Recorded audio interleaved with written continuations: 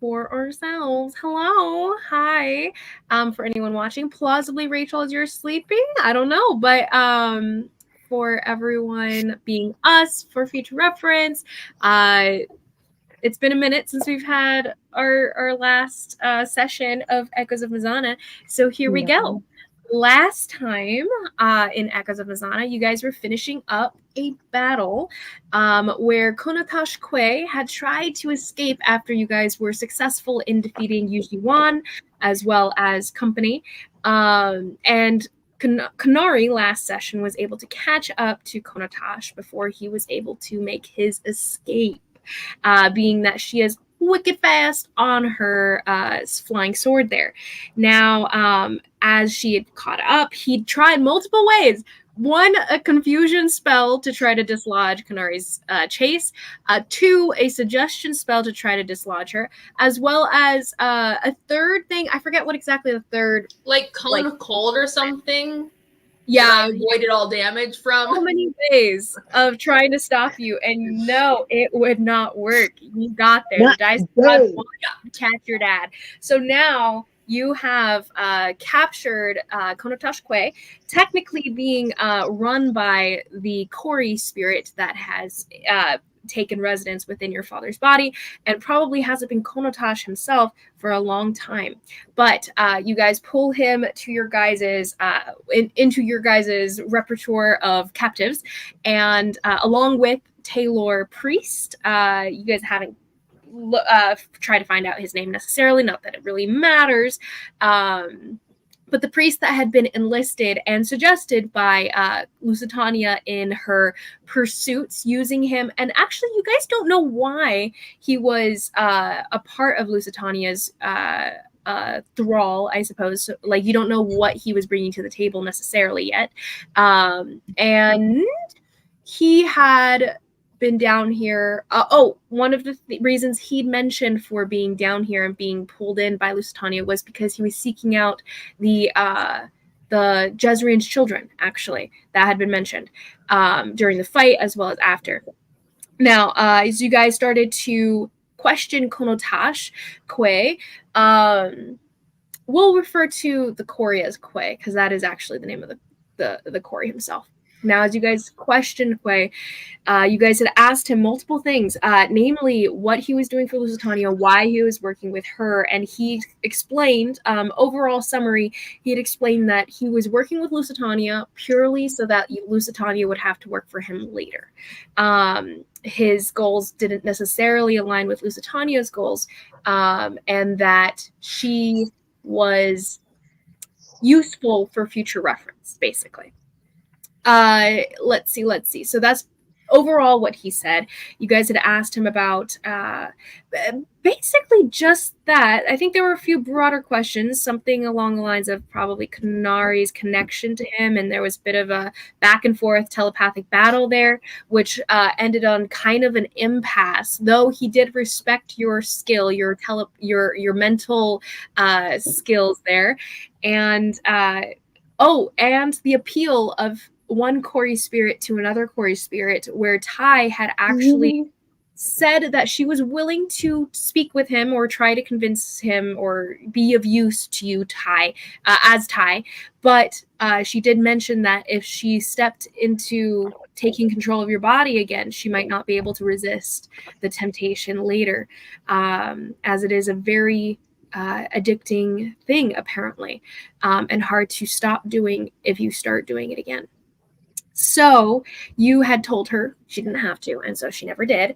But the Kori tells her that she should, basically, and to find freedom once again. He also referred to you as one of the free, refer to you as a whole as one of the free. You're not sure if he was referring to you specifically or Tai. Let's see what else. You guys had Jenyin and Kanari had their interaction, where the outcome being that Jenyin is now following Kanari's path, as that is the path he has always known, something he's comfortable with, and he's going to stick with Kanari for the time being. Let's see what else. You guys were able to get Xian Wei from Konotash when he was trying to escape. He dropped him as to help him get faster away, though it didn't end up working in the end. Xian Wei was picked up by Hang Wanjun and taken back to the temple area where he had claimed, where he had mentioned to Karhale that he was willing to reconvene for probably more information to be shared and such, as he also needed to collect Sidgui and who were down there. Jingyi presently was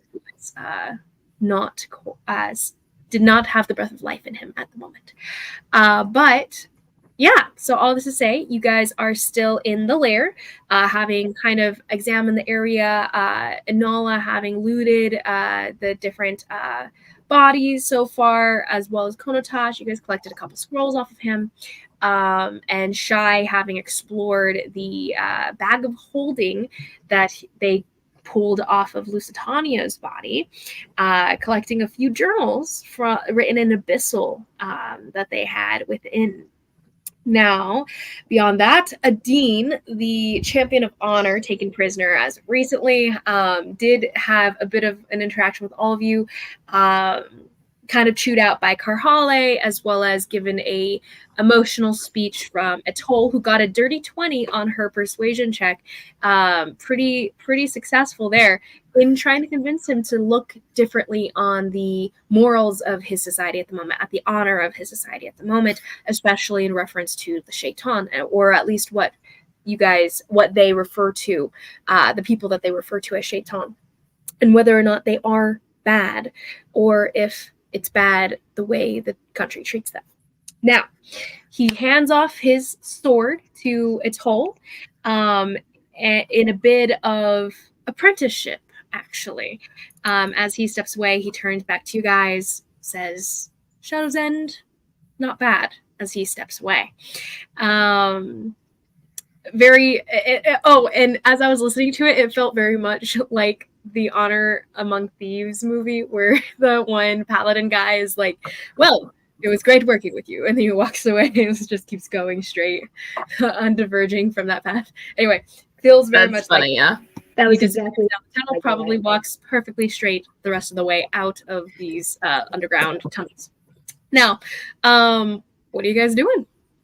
You guys have collected a lot of stuff. Also, yes, he did agree. I said hypothetically, if I had he did. He did agree. A pardon for military desertion. He got me. He did. Wait, what did you say? You're kind of muffled. Faint, yeah. He said that hypothetically, if I had, can you guys not hear me? Sounds like you're underwater. I can hear you, but it is underwater. We're gonna switch my mouth. All right, is that better? Oh yeah. Hear you guys. We're good. Good.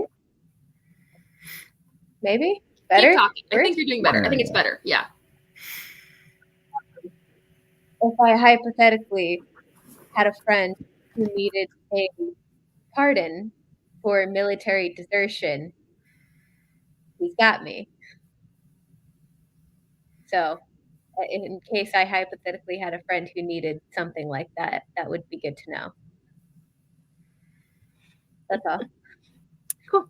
So, as we reopen here, you guys are all kind of blinking at the exit there, as Adine has just disappeared through, surrounded by Jenyan, who's at Kanari's shoulder, Atoll, who's still kind of going through a couple of the different items collected from the empty bag of holding that Shai is sitting next to as well. And yeah, Inala also probably examining some of those items and kind of perusing through them. The Taylor priest tied up. Oh yeah, that guy tied up at your guys' feet. The Konotash priest, the Taylor priest is presently saying something along the lines of, And if you release me, I'll be able to return back to the surface and inform the rest of the blah, blah, blah. And he's basically saying you guys should unhand him so that he can return to the ranks of the Tellurian ministry. I point after Adine. Does he know where he's going? Honestly, I wonder if he does. I don't know. He just started walking off into the distance, into the proverbial sunset. Does he have any idea where to go? It'd be funny if when we were leaving, we just saw him walking in circles. And we're just like, bye. Well, maybe he was dragged down here conscious. Maybe he memorized the path back. To be fair, we also released a lot of other captives up through the tunnels to get out on their own, with some dangerous parts here and there, so hopefully they made it out too. I mean, I just kind of thought he'd be waiting for the other priest guy to, like, go with them. I figured they'd be going, to the same place. But, he can do what he wants. They didn't seem to be very connected. He didn't seem to recognize the priest, and vice versa. Should we let this guy go? I mean, he seems like he's kind of harmless, or he wasn't meaning to be harmful, but, like, at the same time, do we trust him? Hey, Atone has since been calming the guy down as the guy's like, release me on time, blah, blah, blah. And she's like, hey, we're just going to keep you in your bindings until we're sure that there's no more shaitanic influence on you, etc., etc. And the man's trying to convince her, like, of course not. I'm no longer. But he seems like appeased by that explanation as of now. So he's not angry at you guys yet. Okay. So, hypothetically, we let you go. You're not going to, like, try to get us killed, right? What reason would I have to try to get any of you killed? You saved my life. No, none. Why would there be any reason? That's He ridiculous. Looks at you very suspiciously. He's rolling an insight check. Damn it. Oh, okay. He starts to surmise information about all of you as he looks you all up and down. He gets a natural 18, which means it's a little bit higher because his wisdom is rather high. Actually, let me pull out his sheet. His wisdom is very high. That's a 23 as he's examining you insightfully. He goes, you're not exactly from around here. What exactly are you doing in our nation? You seem to think that we would have reason to execute you ourselves. I mean, the country wasn't... And he kind of like shoulders his way up a little bit on the side. Well, you guys all think we're shaitan, but we're not really. Atola goes, no. You guys aren't. Don't call yourselves that. That's very self-deprecating, and they're not. That's what I was saying. We're not, but people always say we are. I was more saying that this country wasn't exactly kind to my mother. So, people aren't exactly kind. Oh, well, your kind isn't exactly kind to people who look like me. He goes, he was aware, he was awake during the conversation between you and Adine. So he did hear, because you had mentioned that you were Nora's daughter to Adine, correct? Yeah. And so he goes, I do not recall as part of the histories that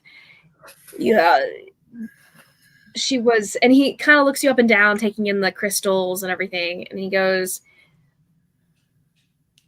I don't know if I believe that you are who you say you are, descendant of who you say you are. However, as the longer you keep me bound, the more likely I do see fit to question your motives and intentions here in our fair country. Guys, I think we can let him go because he's kind of weak and pathetic. So even if he did raven us, then he would die pretty quickly. So throws a glare in your direction. If we were out against your fair country, which, you know, I was born here too, but whatever, then we could have let this crazy lady, like, kind of looked at, like, Lusitania's eviscerated corpse at this point and let her do whatever it is she's doing, keep control of you. I mean, so realistically, you would be dead if we weren't here and we helped save this city. Realistically, check. With advantage. I mean, realistically, the country would start to, you know, go down. Go downhill. Okay. Go a little bit downhill with the fall of the capital. Dice? Not to mention the sieges that have been happening on the other cities. And, you know, the places that she's decimated. We did overhear a good chunk of your explanation of the attacks that the Shaitan have done upon this people and the effects that she's had on the with the whole stuff with Jezrien and that whole plan and him having taken the place of Jezrien and the proof kind of around of people having been replaced by shape-shifting Shaitan here. Kunari, what was your roll? 16, which is not bad for her. Yeah, not bad. He goes, all right, I suppose the benefit of the doubt is in order in scenarios such as this. And I do thank you for your service to our fair nation. I'll work on untying him. Kunari's like, please, you can send the medals to wherever our next address is. We'll get back to you on that. I mean, I'll probably get back to Iran at some point. Based on what you have done here, it would seem like our nation does owe you a fair bit. If you accompany me back to the ministry, perhaps I can talk the ministry into a public announcement of said appreciation for the Shadow's End. Oh, cool. I was thinking about, like, money or maybe a cool weapon. I kick Kunari in the shin. That would be a part of a public appreciation of your acts of generosity to our nation. I do like parties. Does he seem like he's being truthful, or does he seem like he's like I'll take him back and turn him in? Insight check. Okay. I'll tell you what. I care a lot less about having my name lauded here, and I care a little bit more about having my mother's exile revoked. There was, as far as I understand of the histories, and I could look into this more deeply perhaps when I return to the ministry, I do not recall your mother being banned whatsoever. Then you must not know your history. Or your mother's lying to you. Oh, sorry. 18. 18? Yeah. 18. He seems to be telling the truth about just generally. He seems to be on the ground, low down, whatever I'm trying to say, on the level with you. And then beyond that, he does seem to be like the offer of publicly appreciating you guys, lauding you guys here, and giving your guys' praises or whatever, is purely not purely. It is partially self-backed with that really good insight check. You can tell he's in bringing you guys forward as heroes. He would be bringing himself forward as a hero, a survivor of Lusitania. So it would be also lauding you guys as well as himself, kind of like getting on that train or whatever. But there is the secondary, because of his insight check to Karhali earlier, he seems to be a little bit suspicious of you guys and your guys' intentions, and would intend to look into you guys further. He would bring you guys forward as heroes, but he would also warn the ministry that you guys may be a threat to the nation further on. Okay, that's a lot of pros and cons here. I'm not that they would discover anything. You guys haven't necessarily been involved in anything. However, we haven't done anything. We haven't done anything illegal. The only thing would be the connection that you guys have with the Ethereum that would plausibly be discovered. Which technically technically, we really don't have any connection to the ethereal. We've never worked with them. True. You guys have no direct dealings with the ethereal except for Nala. Well, and now me. That's fine. True. But they don't know about that. They don't need to know about that. Yeah. But as far as you know, Kanari, he does seem on the level with just a haze of suspicion that he would look into you guys further after the fact. But as of yet, it's not like he's trying to lead you into a trap or anything. I would relay that mentally to Anala, Shai, and Karale, and I don't know what we think we should do, but I'll just say, okay, cool to him. Like, that's question for the DM. Mm-hmm. My mother told me, I was under the impression, Erin was under the impression that she was banished against her will and forced to leave against her will. That is what she told me, is that she was forced to leave against her will. I wouldn't have mentioned that if I your had. mother did tell you something along those lines. You also read something along those lines in it. No, you didn't. Yeah. She told you that in her mind. Yeah, sure. That's not mine. It isn't. Whose is it? I don't know.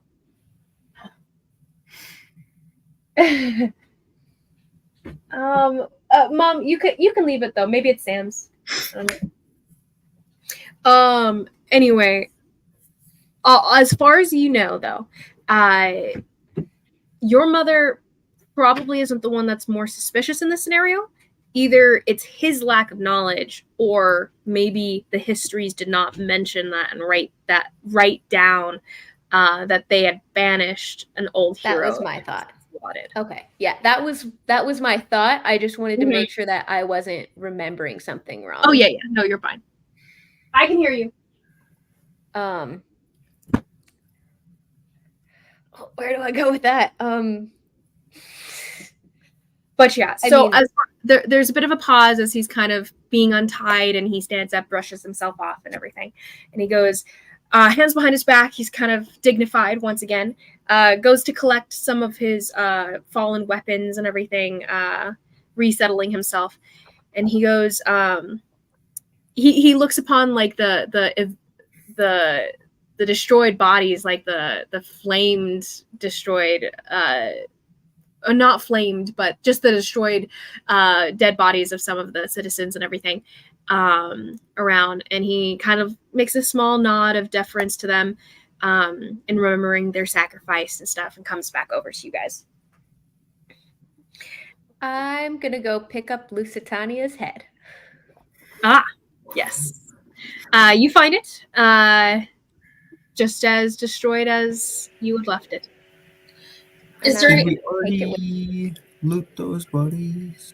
I think you guys did. Didn't we already loot her body? Is there anything else of note in this room that we should look at before we leave? Roll me an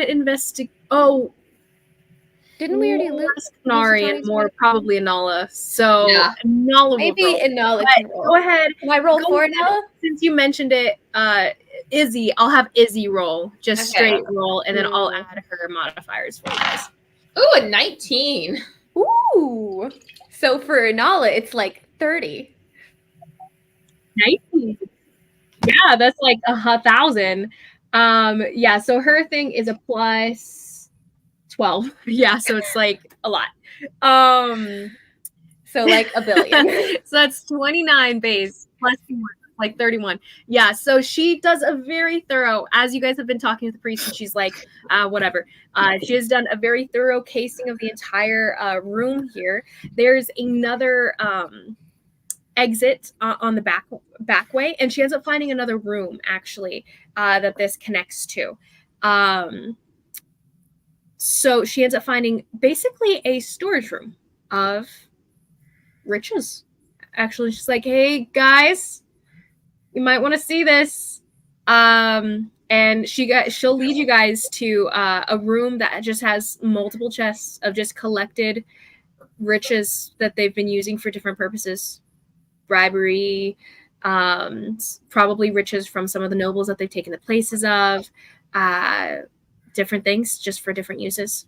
But it's just a lot of stuff and everything, like golden jewelry, jewels, and everything. You do find one specifically useful thing that Anala finds. There aren't really magic items in here. The magic items that were contained were more so with Lusitania and her bag of holding, stuff like that. But she finds a small, like, bejeweled like pot thing. I don't know what it would be called, but you know those like giant goblet looking things, like that are pretty wide, and it has like jewelry and stuff inside of it. Anyway, she finds something like that, but instead of jewelry on the inside, she finds larger sized diamonds. So go ahead and roll me a d4, Izzy.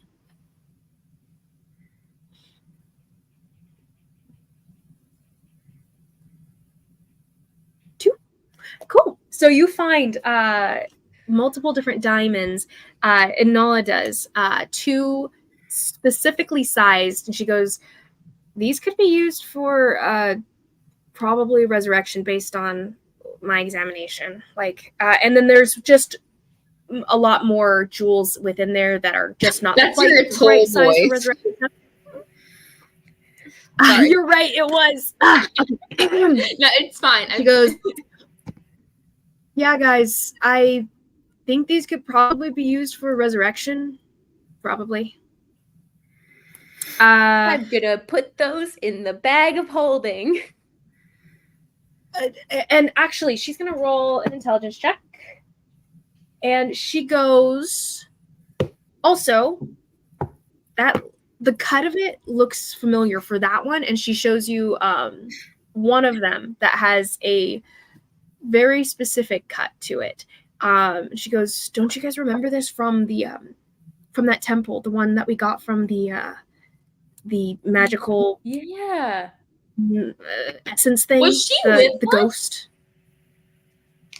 She wasn't with you guys. Oh crap! She doesn't. You want me to roll for it? I was you want me to roll for it? It's weirdly specifically cut, a specific cut, which is a cut that she hasn't seen before for most of the diamonds. Like, it seems with a specific purpose to it, which will draw your attention to it. And you know my rocks. I know my rocks. Okay, what am I rolling for this? Intelligence check. Just straight intelligence. Boo. We don't like intelligence. This is just like for your memory of that encounter and how it looks. Not great. 11. Can I help her? It's 11. Oh, good. It was just a 10. Oh. Yeah. It was just a 10. And so you look at it and there's a flash of memory of a moment where Nemo sticks a very similar cut diamond into a teleportation circle in one of those Telestrian temples. Maybe Telendrian. Do you think maybe they robbed that one, the Yazura Springs? Do you think maybe they robbed it? Oh. The one that we teleport into? No. The one at the tower with the springs, and I almost caused the earthquake and it almost fell over. Was there a teleportation circle there? There wasn't, but it was a Telendrian temple that was destroyed. I guess that would make sense. I mean, they've got the really big the claws that could possibly have done the gouging. There was a lot of damage to it, huh? Kanari, you mentioned that too, that there was a lot of damage that you think might have been like some of it was but from what you guys described, it's the same damage as we found in the temple that we did teleport to, with the burn marks on the walls and the scratches trying to like eviscerate the murals on the wall. I don't know. It doesn't. It was both temples too. You're right. I don't think it could have been them, but they would have been in both places. And I don't know. My brain is saying that it has more like a dragon than what they could have done. Gotcha. And I really don't. Carholly, didn't you learn way back when how? So didn't you learn something like about what Coagumus was doing that had drawn attention in the first place? No. Like, wasn't he destroying temples? I remember you specifically saying that. Sure. You learned this. I remember giving you this. I believe it. I believe it. I do not. I feel like I would have written this down, but sure. Yeah. So Quasimodo, I mean, dang it. Quackmas, I swear you're doing it on purpose. I promise. I bring you. I swear you are too. This time I wasn't. I literally was just trying to say it so I get like. I mean, I don't want to be right, but my gut is saying the dragon is alive. But he was burning down temples. That's what caused people to notice him in the first place, and the Western Wind to go after him. Apparently. Okay, so why destroy temples? He's angry at something. The murals upset him. What were in the murals again? You guys have to tell me. He doesn't like the gods. The murals were of the gods. Why? Because people worship the gods. From way back when, and you guys do remember this, Nemo had examined the walls of Shinyu's temple, and there was far more damage to that temple than there had been at the previous one you guys had been at. There's been damage to all of them, but there was far more damage at Shinyu's temple. So we've been to 3 temples at this point. The one we teleported from, the one we teleported to, and then the tower one. So the one we teleported... The tower was Taylor. The one we teleported to was Shinyu. I don't think we learned who the first one was for. I don't remember. Yeah, I don't think you guys. I don't think we ever learned it. The first, each one does have all of them in it, but each one is dedicated to a specific god. And Shinyu's was way more interesting. Okay. Although, to be fair, the first one you were at. The first one you guys were at did have seemingly multiple of the gods in focus and everything, and it had this so when you guys were at that circle, the teleportation circle, there were different temples that were mentioned on it that were all over the country in theory, and different symbols that represented where each one was located. You had one that was located in the sands. You guys had one that was located on a cliff. That's the one, like cliff and sands kind of area, which is the one you guys chose and traveled to Shinyu's kind of thing. There was one located down on an island in the south. There was one located in the mountains in Elfkar. There was one located in the water somewhere. The mountains and like on the beaches. Sorry, there was one on the beaches and one in like maybe an island or something in the water somewhere. And the beaches were in Kel, in theory, and then the island one was just off of the coast of the continent. But the one you guys chose was the one that was like near the cliffs where Shinyu's temple was. And the one in the sands is, in theory, probably Gizuda Springs. But it's been destroyed. Well, not all of it. There's a little bit up at the top that's still there. There's those floaty guys who are like... Yeah, a little floaty guy up at the top. So we never figured out what is on Atoll's back or what they wanted her to learn, did we? Atoll, while she was there, because of her connection to Taylor, and that was the assumption based on their turning toward her and everything. So when you guys entered the tower there, you guys had gone up and there was the same kind of scratches, markings, and it's all a lie written on the walls, right? When you guys got to the top, there was a bowl at the center of the room with some sort of glowing substance on like a little altar at the center of the room. Not an altar, but like it was some sort of stone slab with this like decorative rune up bowl on the top of it. And there were these circling spirit like eels kind of guarding it. Yeah. and they were floating around it, and you guys knew if you guys stepped past that border that they created circling in the room, that they would attack, and you guys hadn't attacked it, and you guys didn't want to provoke that necessarily. But they had paused and noticed Atoll's entering, and they had said something to her, basically that return when you are basically stronger. Nathan's dead. No, Nathan. No. I'll change it. This makes me realize how bad my camera is when it's so zoomed in. I'm like, whoa. Okay, so, but there is all this to say, there was this thing about her returning, and because of her connection to Taylor, she would have been able to tap into whatever something that was going on there. Yeah. Oh, no, that wouldn't be something that would occur to you. I was about to say something about a connection between you and something that you've encountered, Karhale, and something that was there, but it doesn't apply because you were Althea. No, yeah. Oh, from Thea being at the Ati? Mm-hmm. Bummer. Yeah, it would not occur to Karhale. Maybe Thea's in a sharing mood. Mm-hmm. Bummer. But so there is something written on Atoll's back that we don't know still, right?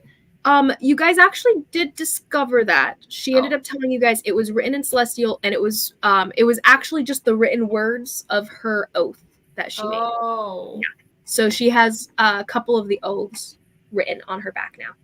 And she's missing like 5 of them. Wait, are there 5 of them, or were there 3? They mentioned those were your 2 numbers. Specific.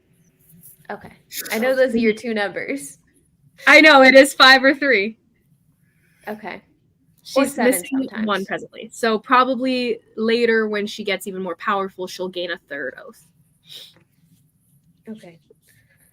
Okay. Focus, brain work. Okay. I need to sleep. Okay, so but you guys are saying that could work for the temple thing? Because we all ended up, from point A to point B, like it was kind of crazy. So you guys are saying you guys could do it backwards, right? Yeah, if we find a teleportation circle, I think. I don't know if it could be just any teleportation circle. Well, right, one of the temples. Was there a temple down here somewhere? Or is the closest one the tower? What? The springs. The springs. The one at the tower at the springs. There is a temple upstairs within the city here, like the one that you guys, that the ethereal were using as a lair. Though that one was not, though it's unsure whether that one would have a teleportation circle, since it's not one of the main temples. It might have been one of the small ones. Yeah, I know it has a teleportation circle, but I think that was an ethereal, not the Telendrians. Mm-hmm. Okay, so the best guess would be to go back to the springs if we wanted to use it. Hypothetically. Or we could just get someone to teleport us. True. And you guys could save that for later. Who can we talk into teleporting us? Looks at the priest guy. He goes, you could get us out of your country for good, man. He contemplates. Roll me a persuasion check, but with advantage, because that's a pretty good fly right there.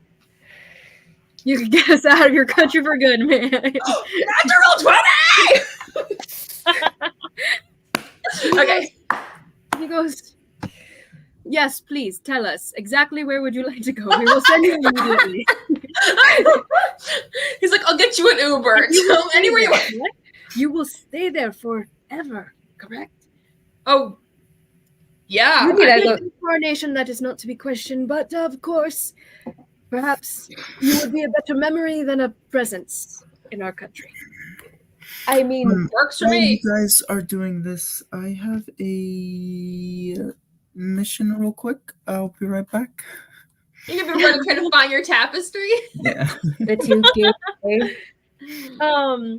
But yeah, from here, you guys can continue interacting with the priest if you guys want to make your way up, kind of thing. You guys can Yeah. take the next couple hours While to we're do working our way up, I mean, I don't want to give you any promises that I would never come back. I kind of have a vested interest in. You don't need to know about my personal life. That's fine. Shy, by the way, roll me a perception or investigation check to track down your tapestry. So here's the thing: we do need to talk to the ethereal at some point because we want to give Konotash to him, but we don't want to do that with this mage guy. So I guess take him up to the surface, and I don't know. You guys could do so. You guys will be the path that you guys took initially was going through the temple, but you guys know that there are other. Yeah, we want to find another path. Okay, we don't like okay, it'll just take you guys time. You'll successfully do it eventually. Wait. How about we just let the priest guy go by himself to the temple and then, or no? It is rather dangerous going upstairs. The temple you guys is could where send the him on his ethereal own. are. Sorry, back to the ministry. Oh, just to send him off, just to loose him. If you lose him, he might find his way up the most direct path, which is back to the temple. And he might die. That too. Why would he die? Well, actually, no, he probably wouldn't be able to go back up that path, actually, because you guys, there was a cave-in, and that path has been... Can we even go up that path? That'll be the question. There was a cave-in. Mm-hmm. Sorry, Nathan. Go ahead. What's your roll, Nathan? Oh, 15. 15? Okay, you eventually find it. It takes you probably like a good chunk of time, whatever amount of time. Yeah, it takes you a good chunk of time to try to track it down.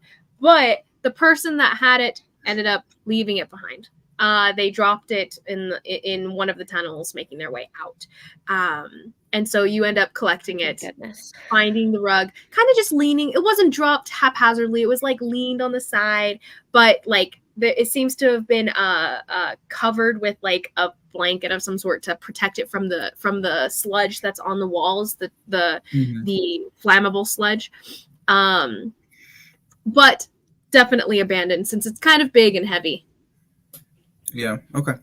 Honestly, that's better than I expected. So yeah, I thought you finding it was going to have to be like a roll whole that you needed to get for it. By the way, if you got lower than that, I was like, oh, you don't find it as of now.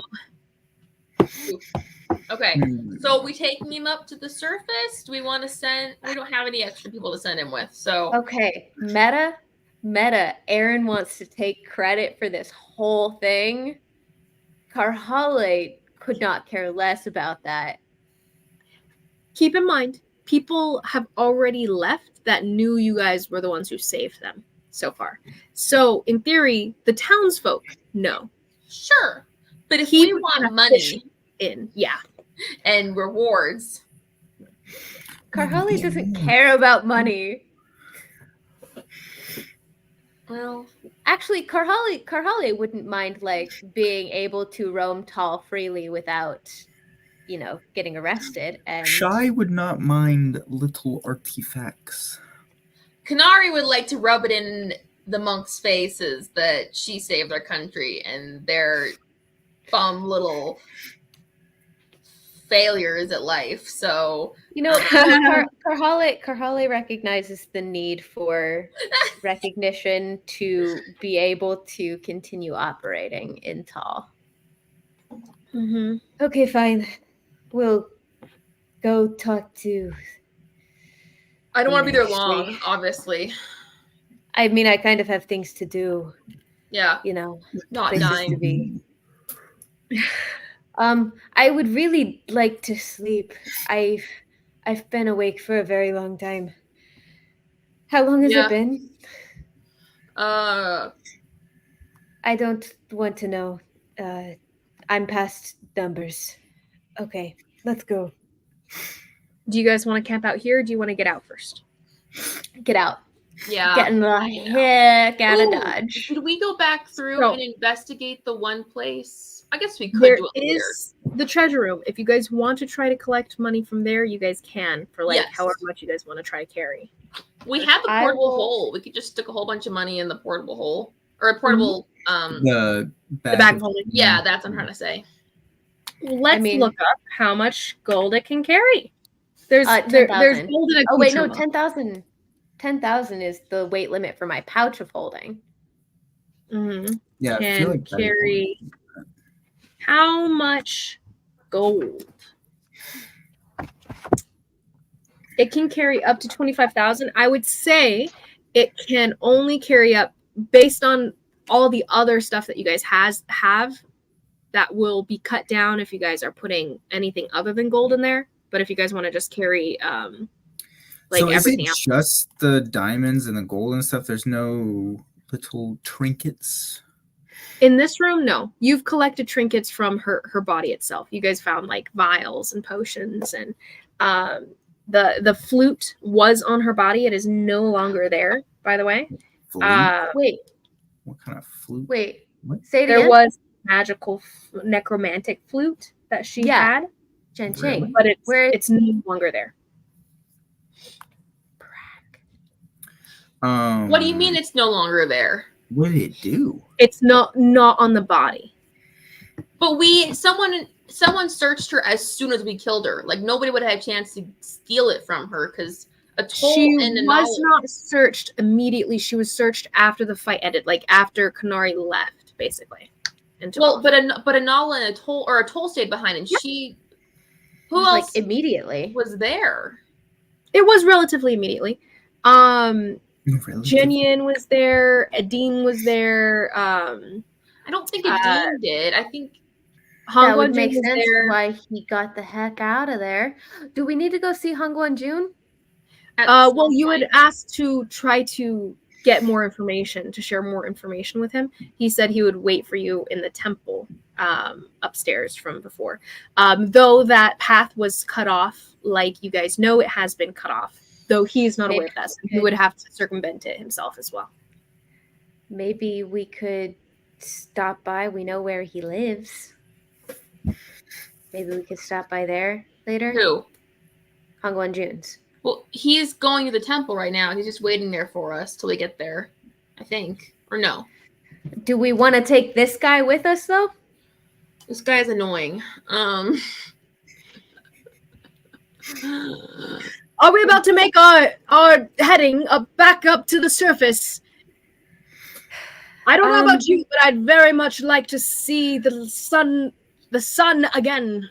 Is the dean that much ahead of us, realistically? Like, I mean, I think you guys have probably been here for about an hour, give or take, just chatting and examining the room and discussing things.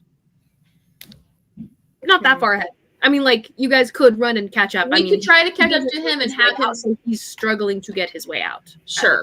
We could try to catch up to him and have him take the mage the rest of the way, and then we break off and go do our own thing. Let's do that. That works. I just don't want to. I don't want to haul this guy around to the surface. Mm-hmm. Where did the freaking magical flute go? What did the flute even do? I don't know, but it was like super. It was like super duper powerful, though. According to Inala. Basically, it's one of like old-timey relics on a list of relics that Inala was trying to catch for herself, trying to get for herself. You guys do catch up to him eventually, but go ahead and give me a roll just to see how easy it is. Who's tracking the path that Adine takes? Not me, but what's the roll?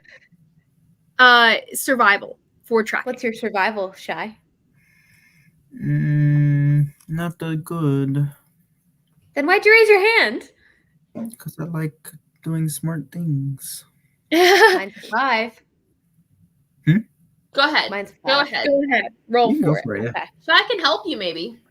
You want to help me, Shy? I can help out. Shy knows his way around tracking animals and such. So I get it at advantage? Yes. Thank goodness, because my first roll was a nat 1. Oh, 18. 18. Okay, you catch up to him very quickly. It takes you guys probably about a 30-minute tracking kind of quick walk thing to try to catch up to this guy. And you do find him probably cut off at this point by the fallen rubble and everything. And now he's like, now I have to go figure out a way around this, back to the surface and stuff. And he's kind of wandering aimlessly. And he sees you guys and he goes, oh, well, hello again. I didn't think I'd see all of you here. Do you happen to have a way past this? And he points at the rubble here. Oh, why? Did you get lost? I would say no, because, well, it doesn't really bear embarrassment, honestly. It is a labyrinth. So, yes, I got lost. We'll have to find a different way than through the rubble, probably. I don't think the rubble is going to clear out that easy. But before we get too far, did you take anything off the body of... Which body? There were multiple. Usually one. The blue spider. Your sister. Or she looked like your sister for a little bit. That one. No, I would not take off. Insight. I would not like anything from such a monster. Roll your insight check. Is he a lying mofo? Lying Hey, mofo. Canary? I think it was Inala. That little squeak. What? But I wanted to wait to question her about it until she's back. So 19. I'm gonna tuck that into my pocket. Little Get a 19, DM. A 19? Okay. He is telling the truth. He seems too disgusted with everything. Fair. Nala? Touched anything of hers. I think you know she what? took it. Now, I hope Atul doesn't give her the sword. She is betraying her companion. I don't want Atul to give her the sword either. Anyway, I'm gonna bring that up later. When we're not around these two morons. Yeah. Okay. So just be like, okay, good. Well, we'll have to find a different way. So Atul does perk up and she goes, I mean, does it really matter though? I like, we don't really need it, do we? Need what? The last time we let a powerful... It's not like... wait, I'm just confused. Wasn't the Stygian the powerful artifact that we're trying to, stop people from using? But if it doesn't exist anymore, like... There can be more than one. That's true. I don't know. I mean... I guess I feel like it's not as important as the Stygian was. I'm just mad that someone stole it off her body from us. Like, that's ridiculous. Since we did all the hard work of beating her in the face and killing her, makes me mad, okay? Okay. Well, we'll find it then, I guess. Yeah, we know what it looks like. We'll figure it out. We always do. All right. Let's find another way around. How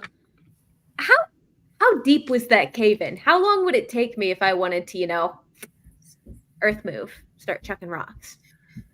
Chucking rocks. You would definitely be able to do so. Although I thought the intention was that you wanted to circumvent the temple so that they didn't encounter the ethereal, since that was the ethereal. Correct. Yes, we would like to find our way around. You are very much aware that you could take the time to sit and excavate this thing. Okay. I would like to find a way around it that involves... Mm-hmm. We're not escorting them all the way up. Can we just point them in the right direction? It is definitely a labyrinth. So you could, but you guys this is the path you took, so you guys don't actually know the rest of the path. This will be you guys. So we're going to have to escort them all the way freaking back up. If you want them to get up successfully and relatively unscathed kind of thing. But they're both pretty powerful individuals. They'll probably be fine and everything. You could just send them on their way. It's probably okay. But you don't know the way out beyond this point. Okay. There's so many tiny little arbitrary decisions and I'm all decisioned out. It's okay. I say just let them go on their own. They're tough boys. We killed everything pretty much. Like all the undead are dead. True. They're probably going to be fine. You know? Yeah. So I think the main issue will be you guys not awkwardly running into them again, kind of thing. You know, that whole like bye, and then we're going toward the same direction. That's weird. Awkward. We'll just say, we actually have a different room that we need to look further in that Lusitania was, doing stuff in. And then, we'll let them go on, and then we'll try to get through this rubble, and then hopefully we won't run into them if we spend enough time in the temple. It's fine. Okay. Roll me a perception check as you were like, you know what? We're going to keep looking down here for different stuffs, Well, it's true. We are looking for the other room that Lusitania, that her acolytes were in. The one where Hongwon Jun was. Oh, I mean, we're also looking. Well, I said I wanted to look. I wanted to see if there's anything else in that room because there was that weird pillar, and there was that. Yeah. What else was there? I don't remember. It was a weird terrarium. Room. Oh yeah, terrarium. I mean, terrarium. Sure. Okay, yeah, sure thing. So you tell them that and everything. They're kind of like, okay, cool, whatever. You don't have to roll. You're being pretty honest about it. Like they would incite you, but they'll see that you're being relatively honest about it. Either which way. So they want to get out. So that's their whole thing. So they'll take their path up, and you guys are going to spend the next couple hours trying to like really get a lowdown on the whole place, right? Like the different rooms, multiples, and the acolytes room, the place that they were staying. Go ahead, and Nala will help you do so. And you guys can go ahead. Roll me. Can we have Inala do it? Just be the one leading the charge here. Yeah, and she'll have advantage with everyone's help. Okay, so she gets like 27. Yeah, that's why I said, can Inala do it? So she'll lead the charge here, examining everywhere and really taking the time to examine everything. She will notice that. Okay, so you guys find multiple rooms, a few extra rooms that you guys hadn't encountered previously, namely, but nothing of note of loot-wise or information-wise. Namely, you guys find a place where there were quarters set aside for the acolytes, where they were staying, where they were sleeping, for the ones that worked down here. You guys find... you actually do find this, actually. So as something... useful that you guys find. I'll mention that last. You guys find the quarters where they're staying. You guys find different monk stuff, like some weapons. Kanari, if you'd like to try to pick up some more monk weapons, you can. There's different things like throwing stars, different types of stabs, maybe nicer stabs. You guys find a group of smoke bombs that they used for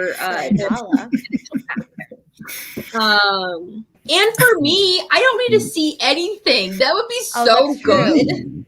Oh, yeah, that's a good point. It would be like a darkness spell, basically, for you. Like Batman. So you can collect, there's going to be about 12 there. You can collect as many as you need. Just write down what you do pick up. Different stabs, different weapons there. But they're only like basic monk weapons. Those basic martial weapons. There's also different robes, acolyte-looking robes. And in connection to there, Inala does discover a path that seems to lead back to the surface. Though you're not sure what that path leads to, but it's directly connected to the acolyte's quarters here. You find in the acolyte room, as she examines it further, she finds what seems to be schematics and magical arcane ritual, basically a recipe, how-to list thing written in Talon that she can't read, but she will ascertain, describes how to make the terrarium itself for these crystals. How to grow it. It takes time, but it is definitely possible. You do need to feed it with energy that is... It is fed... So the crystals that are used for storing the soul crystals are fed off of like the magic. You tap into the magic of the world itself. It's a very dangerous ritual, very unstable.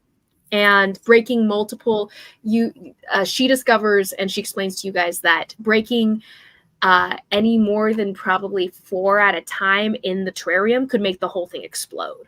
Cool. Good thing we didn't do that. The magical setup is a little unstable similarly, but not as unstable, and the healing one is the least unstable magic-wise. So there's a certain limit to how many you can break at one time within the terrarium before it all like surges out in a big explosion. But you guys didn't hit that mark, so lucky you. Anyway. I wanted to collect a few of the red crystals. Mm-hmm. It does also describe that there are an expiration date on the crystals. Like they'll seep magic as long as you hold on to them separated from the terrarium until they are no longer magical, basically.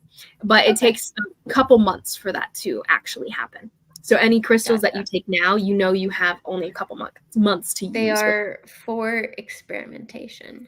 Mm-hmm. Can I take the instructions for the terrarium too? Mm-hmm.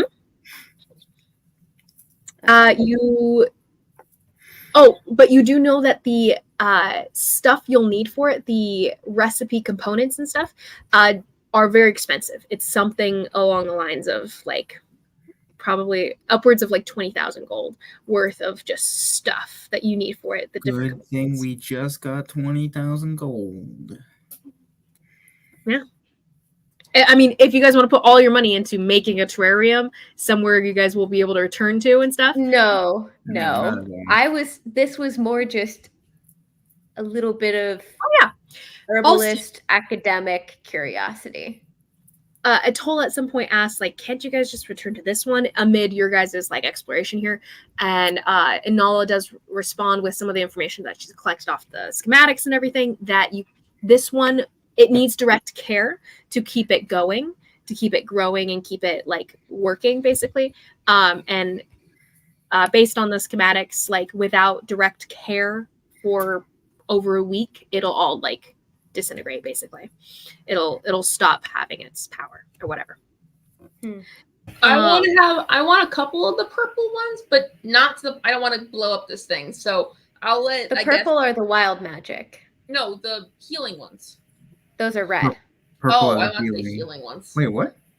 So Enola tells you guys that if you can take up to 8, you can take up to 8 of the healing crystal ones all at once within a certain span of time. It's like probably about an hour of time. But more than that could cause it to explode. And then for the purple crystal ones, it's going to be up to 6. And then for the soul crystal ones, it's going to be 5. Okay, so that means so if we broke 6 of the purple one or the red ones, could we only break 2 of the purple one? Or like how, you know what I'm saying? Like, is it like individually? Oh, they're separate little terrariums. Okay. So you can take up to that amount all at once, kind of thing. Should we take a couple of the purple ones too, just to have? I don't want to deal with the souls anymore. That's a little much. I'll take a handful of the purple ones too. I want at least 2 of the red ones because I just want to have, because they're nice to have. If someone goes down, you just chuck it at them and they either like heal, and it's like it's not too much. You have to waste too much resources to get them back up. It is nice.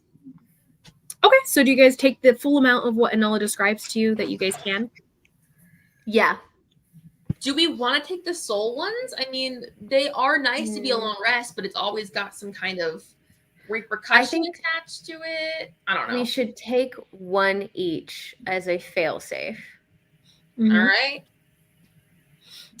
And it will be capturing any souls of those around you that you guys killed as well. Like it'll be useful until, basically. Wait, confusion. Sorry, I'm saying it could only keep 1 soul in it. Sorry, I was just trying to remind you guys that you guys had taken the crystals with you for the fight because you're like, oh, it'll capture our souls if we die, kind of thing. Because you guys had thought it would capture yourselves, kind of thing, in case anyone died in the fight, right? But then when you guys killed acolytes, the souls got sucked into those. Which meant they were useful in that sense, but not useful in the longer sense, I guess. Yeah. I was more thinking like break glass in case of emergency. We need a long rest deal. Yeah, totally. Okay, and then was there anything weird? You said was there a weird pillar here, or was that just something I made up in my brain? Whatever they had hung on June attached to. Oh, the pillar itself? Yeah, you can check that out again. Here, I'm gonna roll a new check for Inala. Sure. For specifically the runes that are written along the sides of the building up statue here. She gets very high. So again, like 28. And so she does inform you that the runes themselves are written in Abyssal, they're old, and they make reference to an old order, actually. From what Inala can ascertain, it's almost like, to her, it's an old god. Like, whoever preceded the modern gods of this age, the pantheon as of now, this must be older than that. And Inala's confused herself. She hasn't actually read anything about ancient gods. They thought that the gods that are now have always been. But based on the runes themselves and some of the it's written like a poem, like a historical poem almost on the sides, and she can't quite translate it in a way that makes sense. But from what she understands, it's a tale of an ancient god. They don't name the god, do they? It always seems, from what Inala's trying to find the name, but it's always references him as he, like capital E, as capital H kind of. Oh, it's like capital E. That doesn't make sense. Wait, like Lusitania? He? Yeah, like Lusitania, he.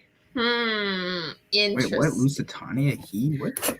Oh, she kept saying that, like, it doesn't matter what you do to me, he'll bring me back, he loves me, etc., etc. Mm-hmm. Interesting. She comes away with it, with a symbol.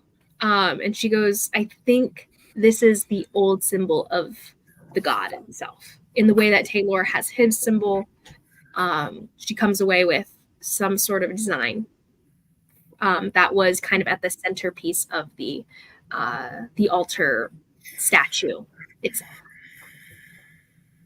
Well, that sounds like a later us problem. Let's keep going. As you guys keep on examining, what else will you guys find? You guys find the workroom where Nide created his doppelgangers, actually. So they are made out of.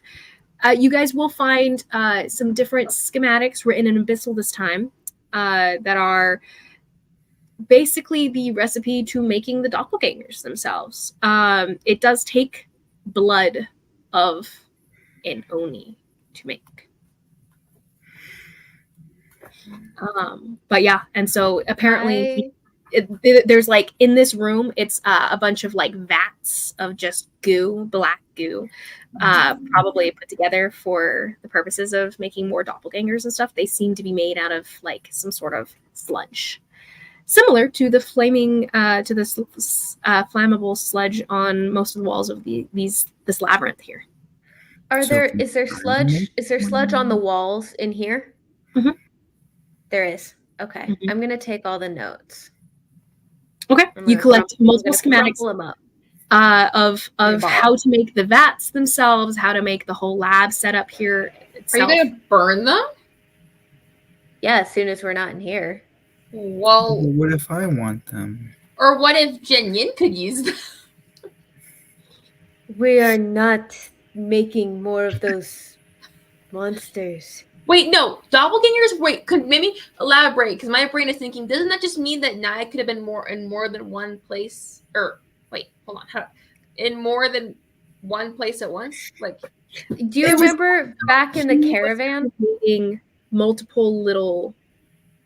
in essence, he was making copies of himself. That is, in essence, what he was doing. Do they still have, like... But they're not hive mind. Oh. Well, actually... I guess they are kind of hive mind, but they're not him. They are kind of hive mind. Like he's making little.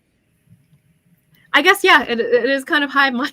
I wouldn't mind a couple more. I didn't think of it that way, but it was that way. Yeah. Yeah. What, Nathan? Said I wouldn't mind a couple more shies in the world. Which is exactly why we're going to burn it. For shy. But if maybe Kanari's you could try to clone yourself.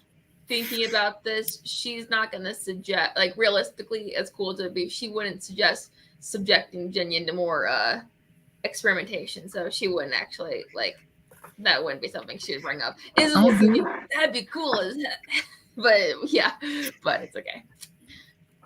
Okay. Well, I'm going to be burning these. Do it. No, don't burn I'm burning them. I mean, I'm going to burn them as soon as we're not in a very flammable room. Enola actually will pause you and be like, I mean, couldn't this be useful maybe in the future? I don't know how, but maybe it could be. Yeah, do you want me to take care of them? And then if, like, all else fails, we can burn them, but we can just have them for safekeeping in case? I will put the papers in the bag of holding, begrudgingly. And if we ever need use of it, maybe we could return here, you know? Something that just occurred to me, but I'll let it occur to Enola. And Enola, actually, I'm going to roll for it. Okay, it does not occur to Enola. Okay. Even though she's great at intelligence, she rolled a 3. Just R.I.P. All right, let's keep going. Okay, so you collect still really like to sleep. Doppelganger recipe / schematics for the lab stuff, the tech for it. Very steampunk. How long have they been down here? Oh, sorry, Dan.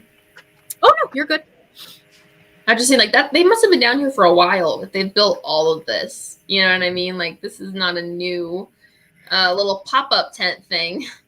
You guys are aware that they've been working within Tal for upwards of 60 years, give or take, probably, because they've had the effects on Coagumus, killed Jezrien. They had dealings way back with the Western Winds and stuff, which happened about 50 years ago. 60 years of work unraveled in 6 months by us. Hey, not bad, guys.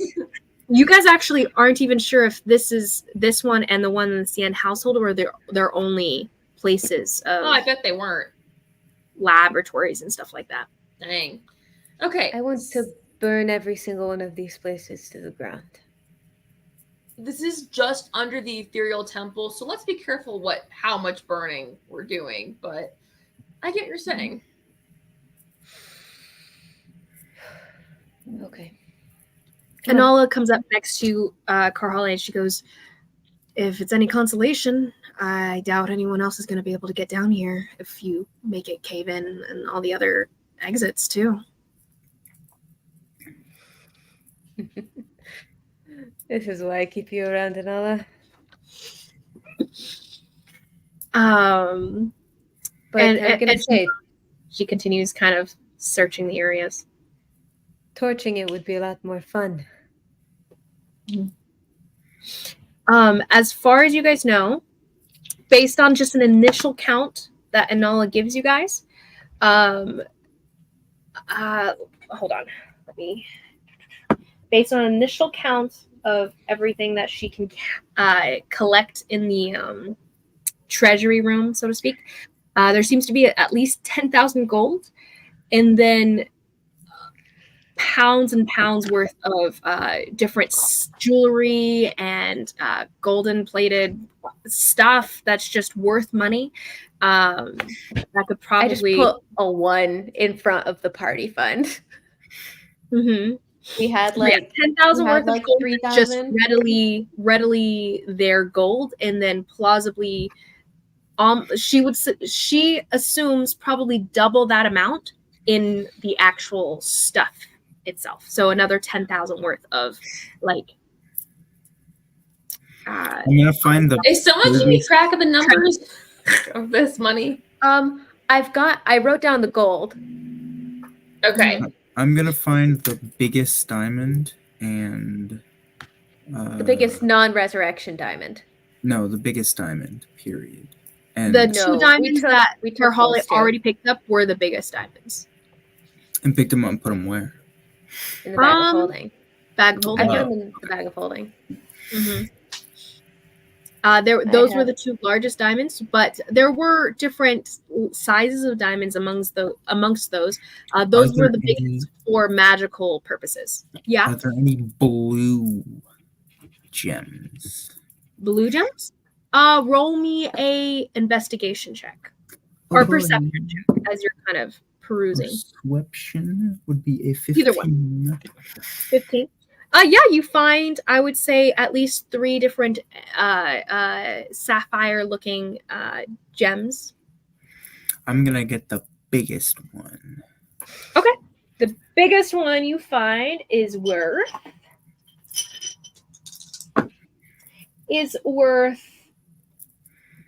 200 gold. Okay. I don't really care about the value of it. I'm going to make a little necklace thingy and put it around my neck. And she's really hard smiling at everybody at my new jewelry.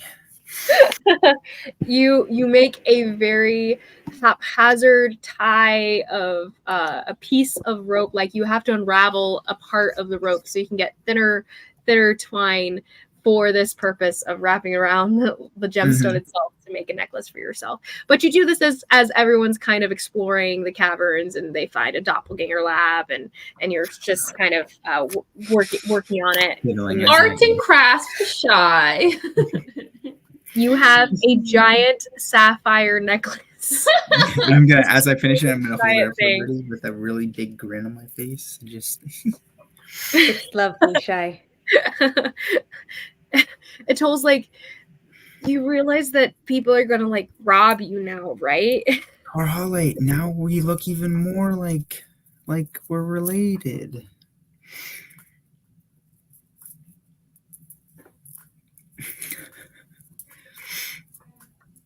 You're still going to answer me about that eventually. Oh wait, haven't we had this discussion? No, you won't tell me anything. Was that Nathan and Aaron? No, you won't tell me a thing. You say that you can tell my mother was Ati and you can supposedly our races are somewhat related, but that's about all I've gotten out of you. Well, I mean, I'm Ati, so obviously I'd be able to tell. I mean, I don't know how you would know if my mother was Ati. I don't exactly look like her. Well, we met an Ati though. You don't look like the Ati. No offense. I forgot you guys met an Ati. I mean, not all the Ati look alike. Well, I mean, I know that you look very different from my mother. And Adahi looks very different from my mother. But you and me look very alike. I don't know if I'd go that far.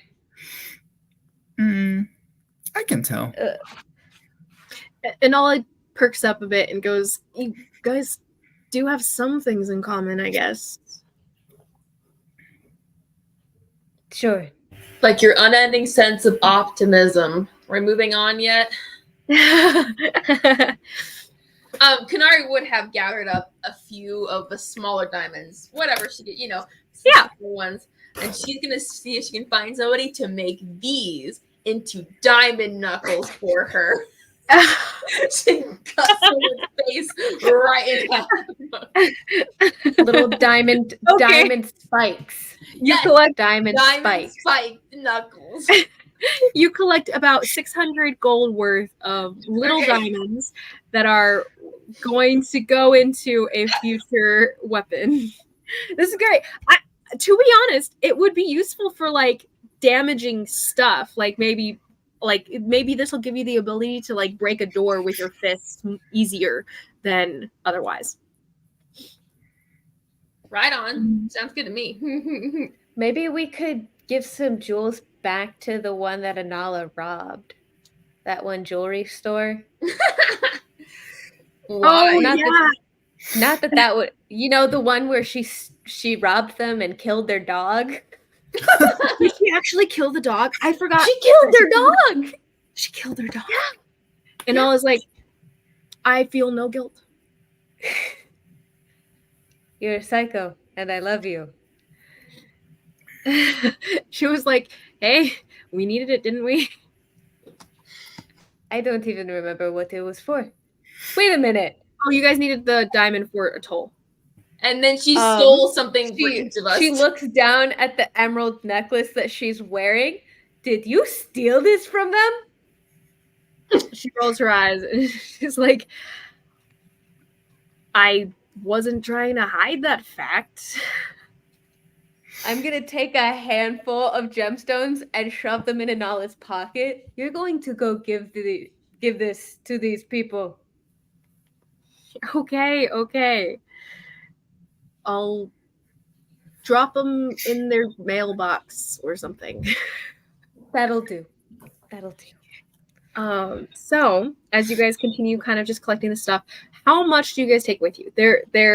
There's you can hold up to about 10. You can hold the 10,000 gold, and I'd say all of that can go in with the stuff that was already in the bag that you guys have collected out of it. Treasure-wise, you probably would only be able to carry so much. There's a good few chests of it that would take time to bring back up to the surface and stuff. Sure. We can tell the ethereal whatever is left down here. They can come use this, to rebuild. Are we close? Are we close to the ethereal? Or to the temple where they're at? It took you guys a couple hours to get down there initially, so it'll probably take you a couple hours to get back up. But that's through the rubble path, which you'll have to take time to excavate if you wish to go that path. Okay. I'm gonna take whatever I can physically carry, which is a freaking crap ton. Mm-hmm. And I'm gonna take it for the purpose of funding the ethereal. Okay. I'm also just a bunch, but I don't know how much I can carry because I can carry, but I believe it's 480 pounds, but I'm going to double check because I may not have updated that when I bumped my strength from the axe. So when I hit encumbered, it's 285. So I can carry up to 285 pounds without being encumbered or whatever. So 285 pounds? Oh my goodness. My carrying capacity was off. Is yours double or something? How do you Is that what it is? calculate that? I don't remember. It's your strength score multiplied by 15. Because my strength score is now 19 with the So at 19 times 22. Yours is 418. Well, Kanari. Then why is it saying 285 on this? Wait. Oh wait. It's 19 by 20. 19 times 22. Yeah, 19 times 22. Oh, where am I getting 22? It's your strength score multiplied by 22 is my strength score. Oh, I was like 22. I was like, where did the 15 go? Yeah, sorry. I was also wondering that. 15 times 19. That is 285. Yes, you're correct. Oh, okay. Yeah. So 22 you can carry my strength score. So how many pounds can Karhali carry? I have it written down incorrectly. Is the push drag lift different? Yeah, that's how much you could if you're like carrying it for short distances, you can do up to this amount. Encumbered is what you can normally carry on a day-to-day basis without your walking speed being reduced or your Holy. Yeah. Oh my goodness. That is a lot. That is a lot that I can do. Before becoming encumbered, are you guys going to carry max and become encumbered, or are you guys going to carry up to? Up to. I'm not going to become encumbered with this. I mean, you guys totally could if you guys wanted. And Karhali, you could in theory also turn into an animal to do this instead. You already did, but you could take a short rest. My strength score would hypothetically be lower. As a horse? As a horse, my strength score would be lower. Gotcha. Let me get. What's the? I need to update the whole thing because So yeah, how I many just pounds had to are up my. you able to do? I can What do is it? 330. 330 pounds for Karhale. And how many pounds for you, Kanari? 285. 285. That's very close to each other. Why is it so close? Mine's a 19 because of the Mine's gauntlets. a 22. Oh, got it. Give me one second. Ripped now. And Shy, what was yours again? 177? No. Give me one I feel second. it should be more than that. Mm-hmm. Oh wait, what's your strength score? Here, give me. And this is before being encumbered, correct? Yes. I don't know the rule. I wasn't listening with the rules of. Just tell me your strength score. Not your mod, your score. Strength is 18. 270 is your weight carried limit. So double that. No. Wait. Oh, is double that your So push drag lift? 540 would be my carrying capacity. 540? Why is yours doubled? Because I am I have powerful build. So I have double carrying capacity. I am that is like half my weight. Realistically, that is half my weight. So that is true. Okay. That is very weak in comparison to what, That's insane how heavy you are. Yeah. But yeah, so we're trying to carry a good bit of. How much was Shy able to do before being encumbered? 540. 540. Okay. That is still a lot. We are really freaking strong, guys. So what are the limits of encumberment? What is that? Technically, when I'm raging, I can carry over 1,000 pounds. Oh wow! Wow. That makes sense. You grow bigger and everything. I become one size larger in ability. So, how much do you? So, is everyone taking basically a chest and taking it upstairs? Yeah, sure. Pretty much. Sounds good. I'm just just carrying the coins like this and dropping half of them as I just waddle around. Mm-hmm. And it tells Penny like, hey, no, you're Shy, stop, and everything as she's like following after you. So Shy, you're not taking a chest. No, I'll take a chest, sure. Okay, so you try to do that actually, and then finally get pressured into carrying just a giant chest, like a mule that you can plausibly be. We just each have one like thrown over our shoulders. Yeah, Karhale, you have 2 big chests as well. Kanari, you've got a big chest, probably one of the bigger ones. Just like everyone's just mule carrying these upstairs. So 285. Stop it, Aaron. I'm sorry. Bad Aaron. Oh my. I'm sorry. But like you heard what she said. What did I say? It's not my fault. Wait, guys, we get okay, wait. Guys. I'm just living my life innocently here. Said he's got a big chest. Kanari, yours is actually bigger than most. Yeah. Oh my gosh. Anyway, Shy, in my defense, it was. I'm fine. Sorry, Shy. If we get a cart or something I can drag, realistically I can drag 2,000 some odd pounds with my abilities. So unfortunately there is no cart down here, but you guys could in theory do that within the next day and come back and bring it all up. I'd say you guys are only leaving behind 1 chest at this point. Sweet. With 1, 2, Jenny and Inala. Jenny, I forgot to carry it. He's easy money. He grabs the last chest.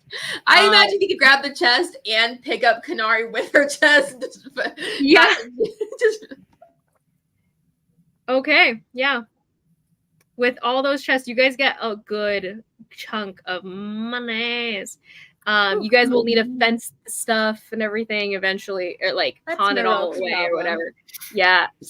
Kid, what? That's buy a bag of diamonds. Jenyon picks it up like one-handed, puts it over one shoulder, and there's no question that he can lift this amount. He's a big temple. To the temple. Okay, yeah. So you guys make your way up. It won't be any question about you guys getting up there eventually. But go ahead and give me a roll, Karhale, survival check roll, just to determine how quickly you guys get through. Roll with advantage because you guys have come down once. Yes. Cool. Oh wait, you're going through the rubble, correct? The path that you guys took in the first place. Do I know which would take longer? I mean, one is known and one is unknown. Therefore, the unknown will take longer. Okay. I'm gonna say you guys have discovered a new path up to that basically the acolyte's path downstairs. If you guys want to take that, you can. Okay. Will that get us to the temple? You don't know. Okay. You would assume probably not. Yeah, probably not. Yeah, I'm assuming their way goes straight up to the surface. So we're probably gonna have to dig through the rubble or find a different route to the temple. You don't need to dig through the rubble. You've got me. Earth move. Mm-hmm. I put the giant chest down and start to move the stuff. Ooh. It takes you a good 30 minutes to an hour moving all of this rubble out of the way and making sure it's not going to cave in on you guys again, and making sure to like everything's like settled in such a way that the weight's distributed and not going to cause another crash.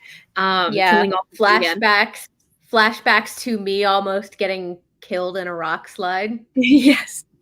And irony. But you do so successfully. You guys get back to that wind tunnel, carefully making your way back up. You guys do need to do a whole shtick of like getting Shy back upstairs in his reduced form so that he can be the bracing weight lifting on the other side of a rope so you guys can pull the chests up with you guys. And it's a time-consuming activity, but you guys do get every chest up using Shy as like the bracing, pulling. Do you need my survival check? You had me making a survival check. Oh yeah, what is your survival check in going through the labyrinth? That's 24. Just to determine time. 25? 24? 24. So amazing. You guys get up in record time. It takes you probably an hour and a half, less time than it took getting down there in the first place. Getting through to the lair. And you guys make the path well enough to where Karhale, you guys will be able to use the same path again, probably marking it somehow, different tunnels, and like, this is the right one, so that it'll be an easier pathway down for the future. In case you guys ever return here. You guys get through the rubble, up the tunnel, and making your way through the different crypts areas that all of the skeletons have dispersed upon. So there's just rolling femurs and ulnas just around on the grounds, different skulls that you guys are kind of making your way past, trying not to disturb them too badly. And Atul's like, oh, maybe we should come down here and like organize them or send someone. I don't know. Making your guys' way through. But you guys make it back to the temple with little to no trouble going through. When you guys arrive, actually, you guys come into contact. Well, not contact, but you guys do hear the sounds of life up ahead. You guys make your way through, and you get re-entering the temple. You guys see a what do you guys see here right out of the gate? An argument. You guys hear an argument between recognizable voices, the gypsy, the soldier, Althea Tuli, who has re-arrived here, as well as Jaskier, who has arrived here, Mrok, the angel, the whole ethereal Everyone's here. The argument conveniently now they're all here. As you guys are coming now they're all here. The argument seems to be about whether they're going to go downstairs, basically. You hear one voice that's trying to, which is Jaskier's voice, trying to convince them to go downstairs with you guys, just in case that you guys need help, basically. Whereas the main dissenter is the gypsy here, who is, we're not involved with them. It's not our problem. And this city should be left to the dogs, and we just need to get out, basically. Marok is backing Jaskier. Althea's a little bit in between. She's kind of like, hey, they can take care of themselves. It's their problem. They're the ones who wanted to front this.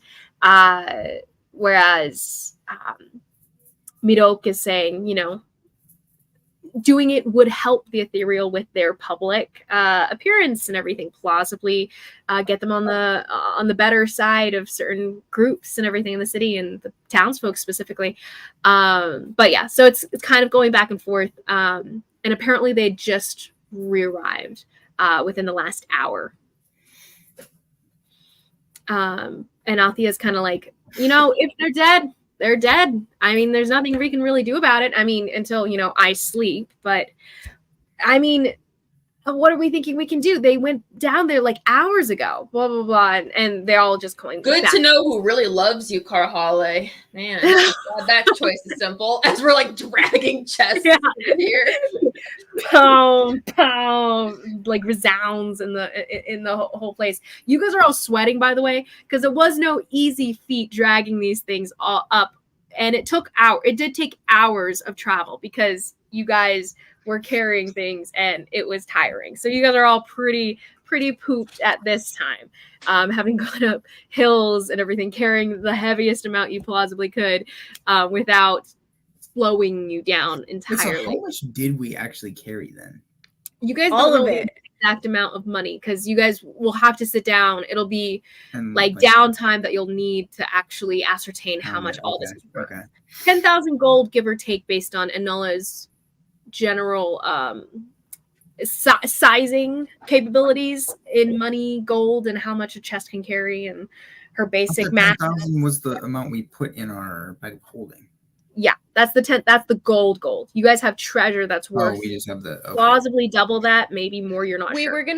We were keeping the gold for ourselves, and we were giving all of the stuff to the ethereal. That was the goal with bringing it down here. That was Carhale's goal. I don't know. I don't think that was Carhale's goal. I don't think we talked about that really, but I think Kanara was like, sure, we'll give some of it to the ethereal. The ethereal are doing good things, getting mageborns out of the country. So are we, okay? We're doing great things over here. They didn't fight. As Kanari is saying, like, guess you know who your real friends are and everything, as you guys come in and drop these giant chests that are like partially open, like different jewels and stuff pouring out of them. Some things ting, ting, ting, ting, tings on the ground. You hear the gypsy who had been saying some sort of line of dissent here, and she's like, and of course it's not our job to, I mean, of course it's our job to help these wonderful people that have just done so much for this country and done so many great things for us. Welcome back, all of you. It seems you were successful. We were just about to run down to help you all with you know, destroying the evil things. Welcome back. And Althea starts to clap. She's like, great, that was amazing. I'm sure they didn't overhear any of our previous shouting. You guys do not see I toss or Jinyi Sijui nearby. I toss Yuji-wan's head in the middle of them. Ooh, it lands on their like planning table that's presently littered with some maps of the underground here.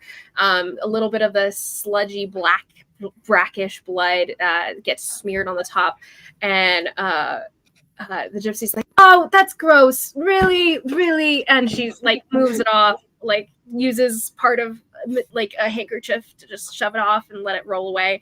She goes, was that necessary? And she starts to rub off the blood as well as she can and tosses the handkerchief after. Minot goes, yeah. Well, it seems you survived. Well done. Seems you were worried for nothing. Turns to Jaskier, and Jaskier is just kind of silently looking at you. He kind of like does a medicine check, actually, checking for injuries. Wait down already. I'm tired of this.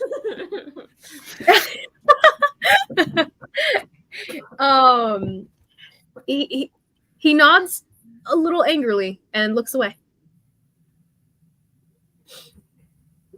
He goes, he does say, I'm glad you're all right.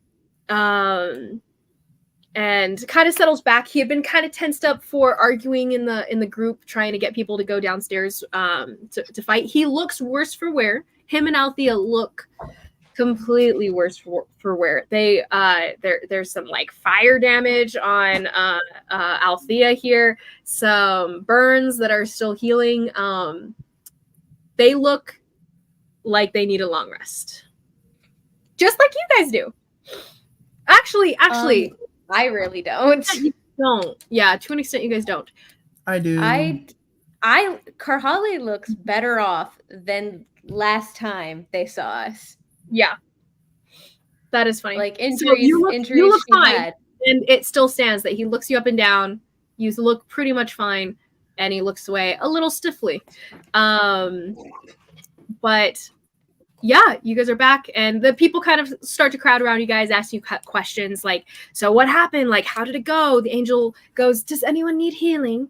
And she's kind of like going around you guys, and she is also pretty much down to the dregs, so she can pour like a single cure wounds if anyone wants it.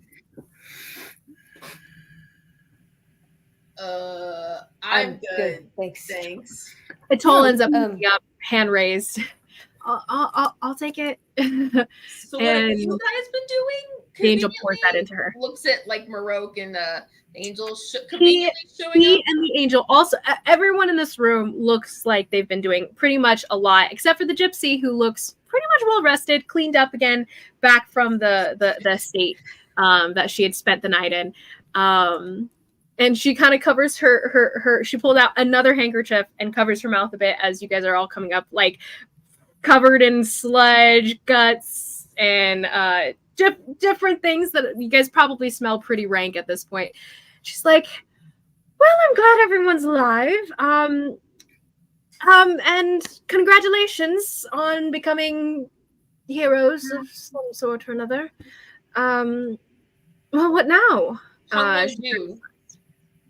Where'd it go? Milk and the angel comment that they had been here initially, but Hongwon Jun had left as soon as the ethereal were starting to collect. Apparently, Milk and the angel were actually not familiar with him and had attempted to attack him in the first place. Actually, they weren't expecting his presence at first. Though after a bit of an exchange. Well, Zora was there. Not a threat. Zora would have said something, right? Zora hadn't arrived at that time. The angel and Marok had gotten back to the room first. Mm-hmm. And where did she go? She had been teleported out. She had to teleport back here. Oh, I see.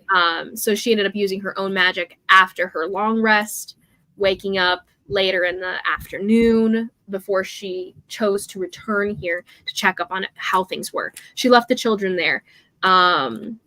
And she goes, actually, at this point, she does go, I should probably head back now that we know that things are resolved for the most part, and just to keep an eye on the children. There's a bit of a somber exchange that goes around the room of needing to keep an eye on the children because they've lost children in the past by trusting them to individuals that they shouldn't have. And she ends up setting up to teleport out. You should take some of this with you. Gesturing to all the chests on the ground. And her a smile just kind of breaks out across her face, and she goes, donations for the cause. You could call it that. Well, let me be the first to say thank you for all your contributions to our great work going on here. And her eyes kind of like brighten up with all of the possibilities, and she goes, I think uniforms are due for Gods, do you ever stop talking? creation. And she looks at you a little miffed. She goes, which ones are for us? Kanari's still kind of holding on to her chest, like. Ooh. Okay, I guess all but that one. Gesturing at Kanari. Okay. I mean, so the ones carried by Shy and Karhale? Is Shy giving his chest? The ones that I brought, I'm giving to them. Okay. So definitely that one, Shy. Because Jenyen's got one and Shy's got one. I've got two. Karhale had two, I think. Karhale had two, so her two definitely. And then Shy, what was yours? Well, sorry, what? My chest? Or are you giving it to them? I am giving mine to the ethereal. Oh,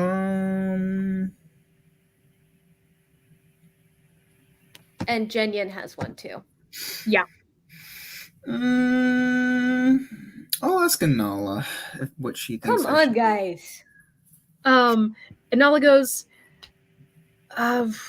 I feel like, and she points at Karhale's, she goes, I feel like those ones are pretty great donation right there. Okay. You are all unbelievable. I mean, realistically, we did all the hard work here. Am I wrong? Kanar can't see them, so we're the ones who went down there and dealt with the. I mean, I can give some of the kids some of these, and I'll open my chest and like look at all the rifle through all the gems and stuff. They're getting kids out of this country. Come on.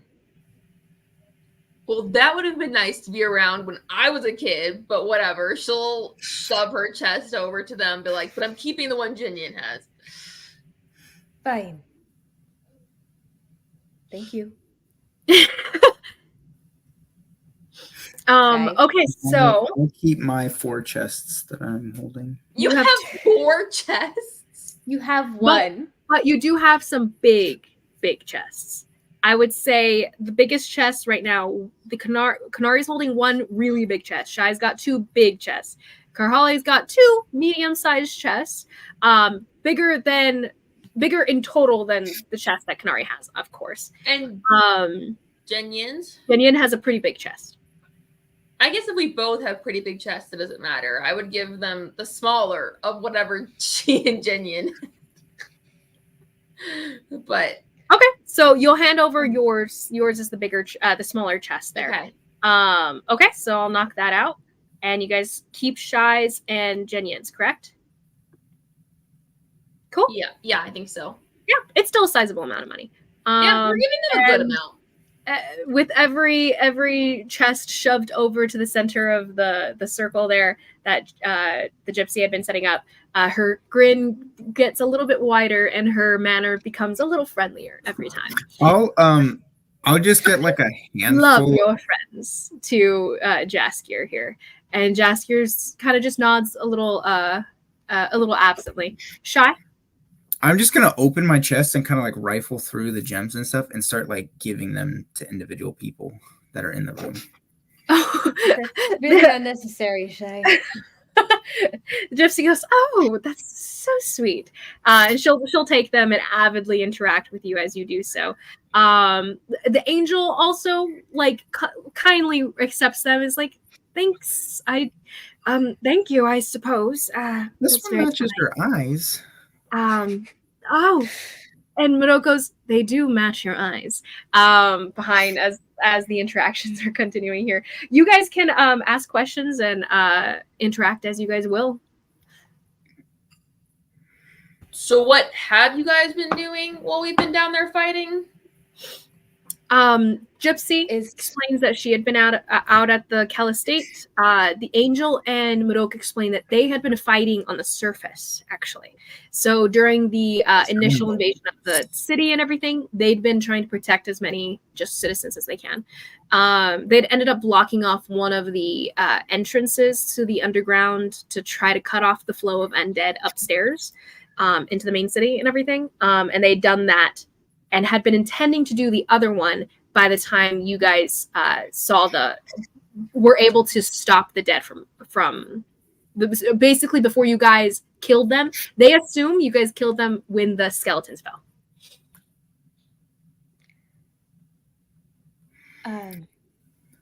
Oh, sorry. Jasper and Althea that they had gone to the Yahtzee, convinced them to help them. There's a bit of a blush that Althea has where, met some new allies and found some new friends over there. And Jasper kind of elbows her a little bit. But she goes, yeah, but we were able to protect the city. Actually, and she gives a little bit of a tight story in a nutshell of meeting a couple princesses of the different tribes, and how one of them was just super cool and just fire. She's just fire. And then she moves on to the next one. She goes, and another one literally took over the Rayo tribe, actually. And she ended up, doing a whole duel situation, defeating her brother in front of the whole nation, took control back from him and ordered them to leave. Like, the city itself was still kind of, Iran took some of the damage and everything of a lot of townspeople were killed, but they were able to stop it from being an entire massacre like it would have been. And they were able to protect most everyone. Jaskier is a little bit more somber and says that his mother in the his grandmother in the entire fright of the situation did have a heart attack. Lorcai is presently in a healer's recovery room, basically. He's not sure if she'll be okay or not. And Lily was okay, his sister. So as far as things went down there, he's a little bit somber because of that. Though he does smile and say it could have been worse in like a wan kind of smaller smile. I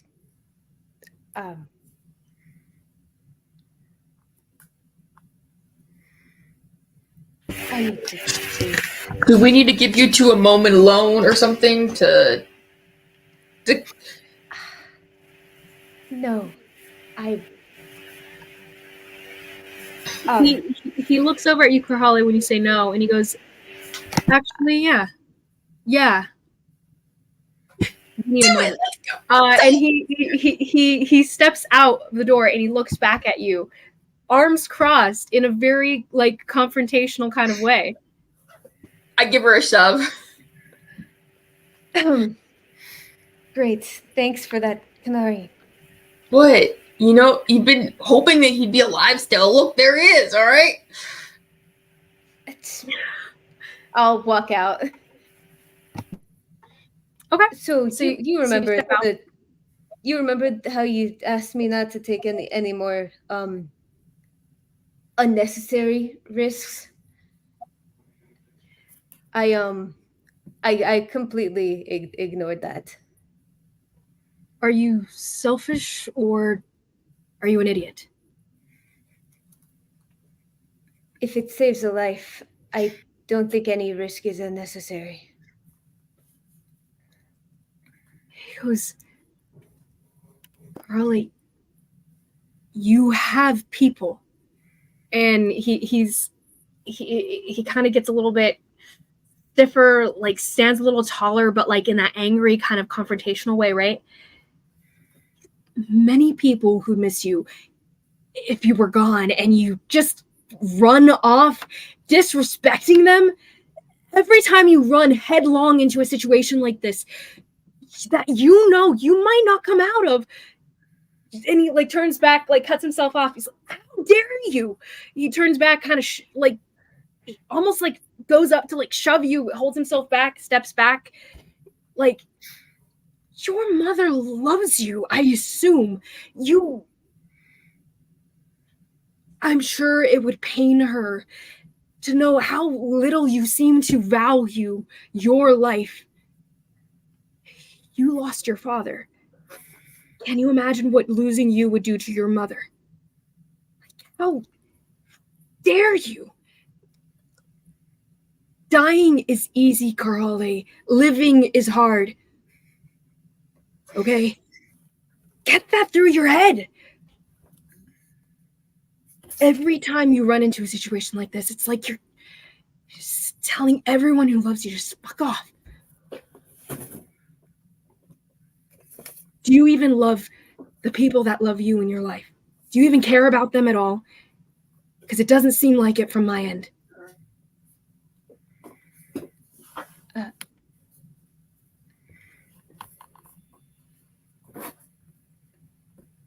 He steps back, kind of turns away, runs his hand through his hair, turns back, and like his hand kind of comes away with like crusted blood and just stuff flaking off of him, mud probably too.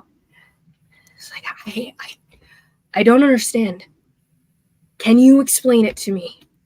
Because from my end, it seems like you have a death wish and all you care about is making your life mean something, but it already does. So I don't know what you're trying to prove.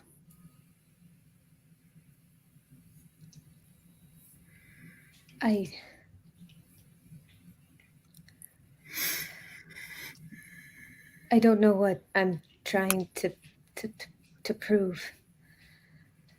And I'm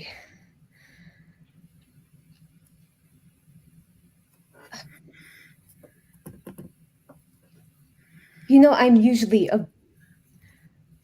very articulate person. I've been told that I could talk anyone in or out of a war.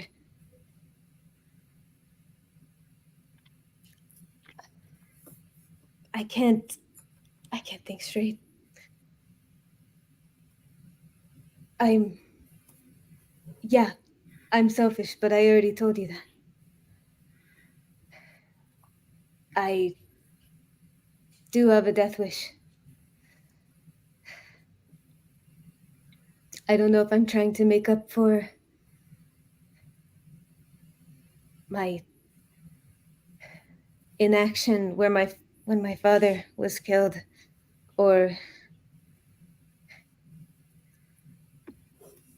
the message I sent you. I shouldn't have asked you to come back here. It was selfish and it was stupid, impulsive. But it wasn't stupid. I would have come back anyway. And that's not what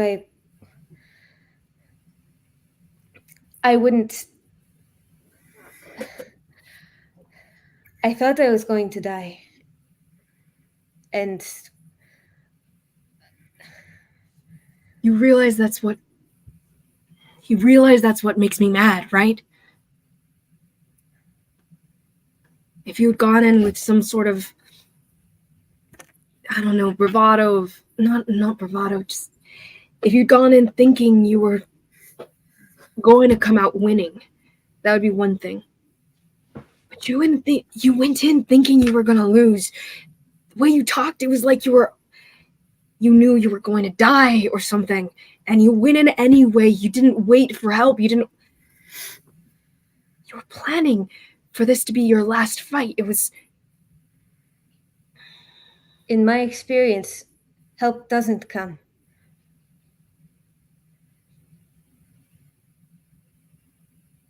In my experience, everyone I ever cared about turned on me and let them exile me from my tribe.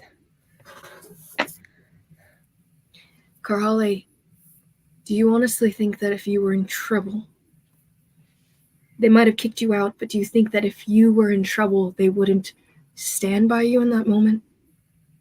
Based on how you anymore. Based on how well I know you and how much they probably think the same things about you. I know they would have stood by you.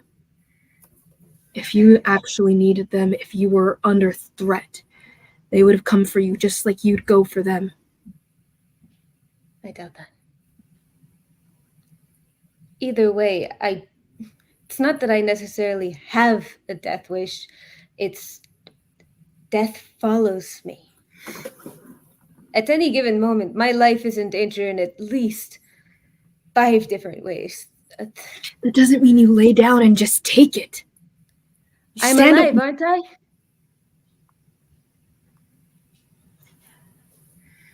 Most powerful woman you know, right? Since you were going in, the first thing for any battle, you have to expect to come out of it. You have to hope to come out of it. I always know the soldiers that aren't going to make it out with me. I already know because they already think they're dead. I am already dead. You're not, okay? You're not. But I can't convince you of that. That's not something someone else can do for you. You have to decide that for yourself.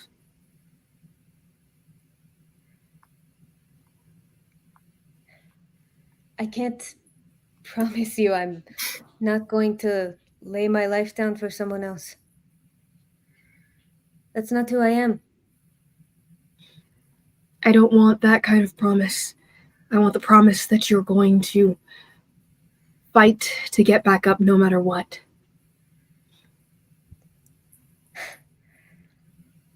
I always get back up.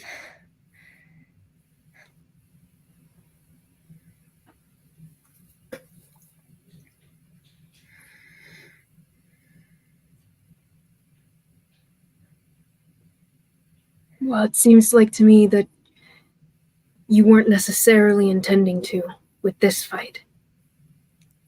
And that scared me. That it actually scared me.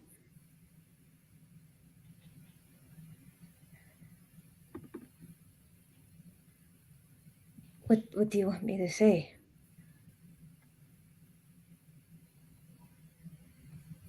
I don't know. He turns away again, a little just at a loss, turns back, and he goes, "There's no future here if you're dead. Okay? If you don't want to fight for a future, then I don't know what to say." God, Jas, if it were a matter of wanting, Look, you're free now. You're not bound to anyone or anything. You're free to do as you wish. And look, it's lightened my spirit knowing that you're happy now, even if it's with her. I know. Just genuine confusion crosses his face. Wait, I mean, what? She said that you're happy now with the ethereal. Are you talking about Thea? Yeah. I mean, you're with the ethereal. But I'm not with Thea. Oh, gross. No, she's like a sister. She's worse than Lily for me. No. Ugh, that would never happen. Look, all I was saying with that was ethereal. That's true. I feel like I'm doing better things for the world now than I was, and I'm happy. All I'm saying is, you don't owe me anything. All I did was force you to reconcile what you already knew. I'm not under any illusion that you came all the way here for me. I may not have come here for you. I hadn't even known you were here, but I never thought I owed you anything. You just set me on the right path, smack upside the head, just to get me thinking objectively again.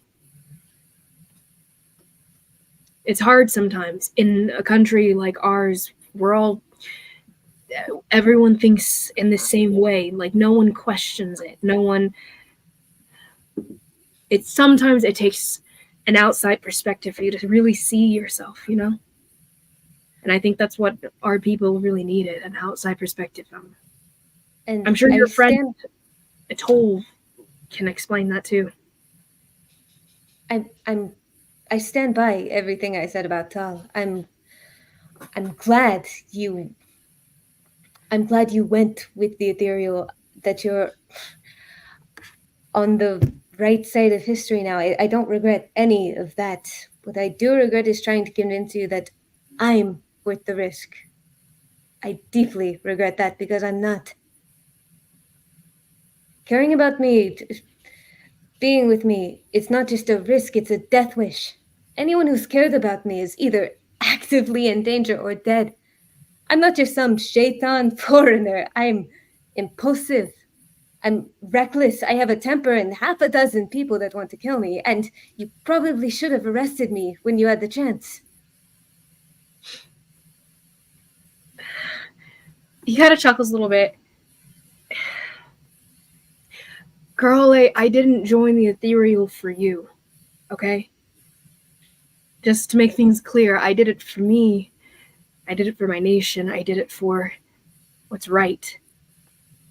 Because you showed me that it was right. What I did do for you, and he steps closer,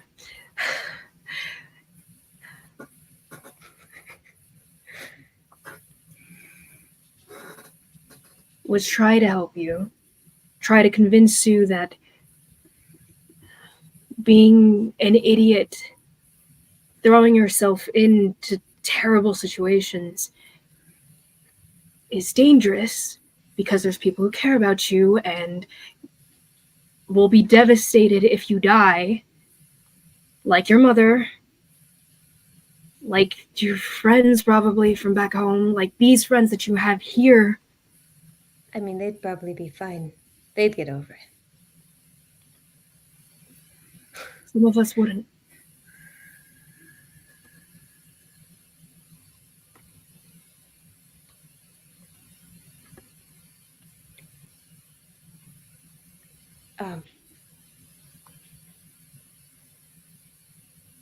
He goes, you asked me what I wanted you to say, and I still don't really even know, but I know that I'd like you to promise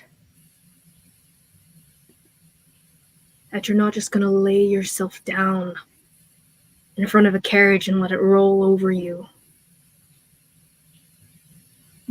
That you're going to get up, you're going to fight no matter what, like I'm sure your father would want, like I'm sure your mom would want, like I want, okay?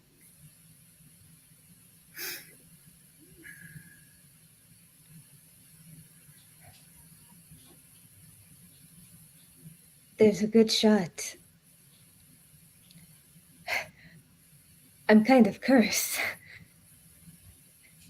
There's still a good shot. And I'll show him my palm. There's a good shot I'm not making it out of this. He takes your hand, the palm that you kind of show him, and he kind of like grabs it in one, holds it in both. He brings it up,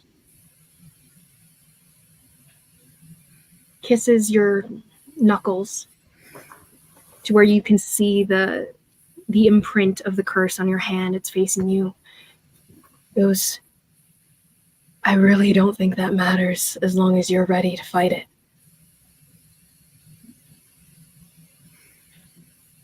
You know, the 5 different kinds of danger at any given moment. I'm on half a dozen people's hit list. There's a solid group of people that would shoot me on sight. He's kind of smiling now, bit of a smirk, and he goes, it really doesn't seem like something that would faze you. No. None of that does, actually. All of I'm that. I'm for you as long as you're going to stand up and fight it. You know, the past couple months, I've been through Shishan and back. Again, half a dozen people's hit list, 5 different kinds of danger at any given moment. But instead of focusing on that, I've been a bit preoccupied. It's made me a bit reckless and probably a little bit self-indulgent and irrational.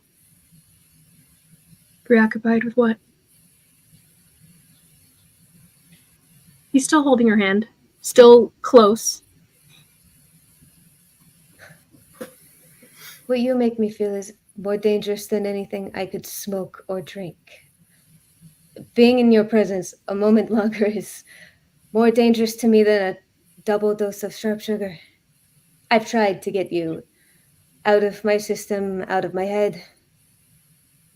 I can't even sleep without this stupid, irrational hope that I might see you again, but I wake up disappointed.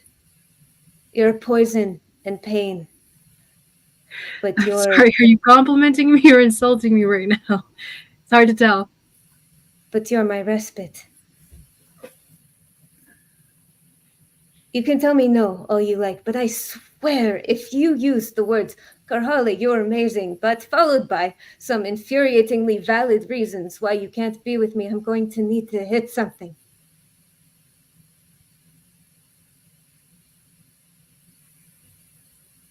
I can't promise never to critique you again, but I'll say it again. You're still the most naturally powerful woman I know. No buts. Just the truth. And no buts, because you ain't got one. Gods know you've turned me down enough times to make this pathetic. I'm pretty sure I've never turned you down.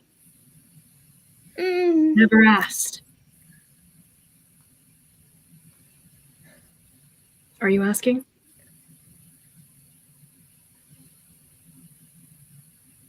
Yeah.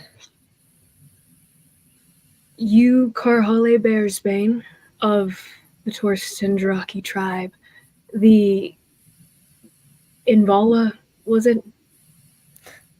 Yeah. You're asking Jaskier then, little old me, what exactly?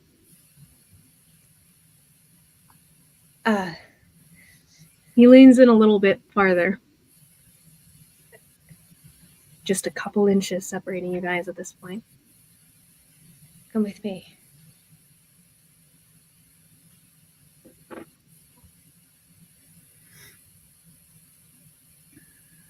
Okay.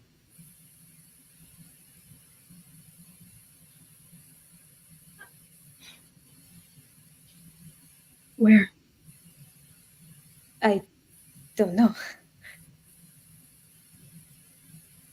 I can't promise you it won't be dangerous. I think I can handle that. I can't make you...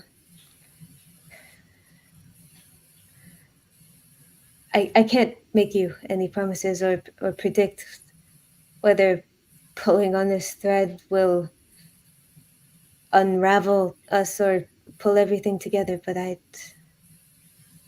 think I'd like to find out.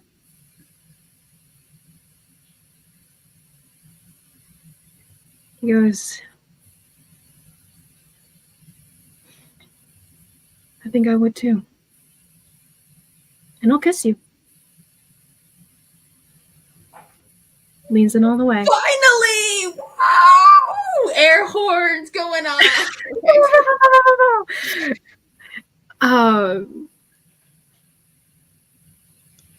With that, the lovers can have their time together. You do hear from what Karhale does not see is from inside the room where you guys had been left behind by Karhale and Jaskier going to get some air to air things out a little bit. Kanari, you hear, and Shai, you see Althea looking through the crack of the door that she cracked back open, looking out. She's like, yes, Finally! Denari would have had her. Oh my Denari would have had her goodness! ear pressed up against the wall. Oh, yeah, the both of you. And she's like, you can't see it, but they are lip locking right now. Guys, what are you looking at? Oh my! I think that's tongue. I don't know if it is tongue. It probably is.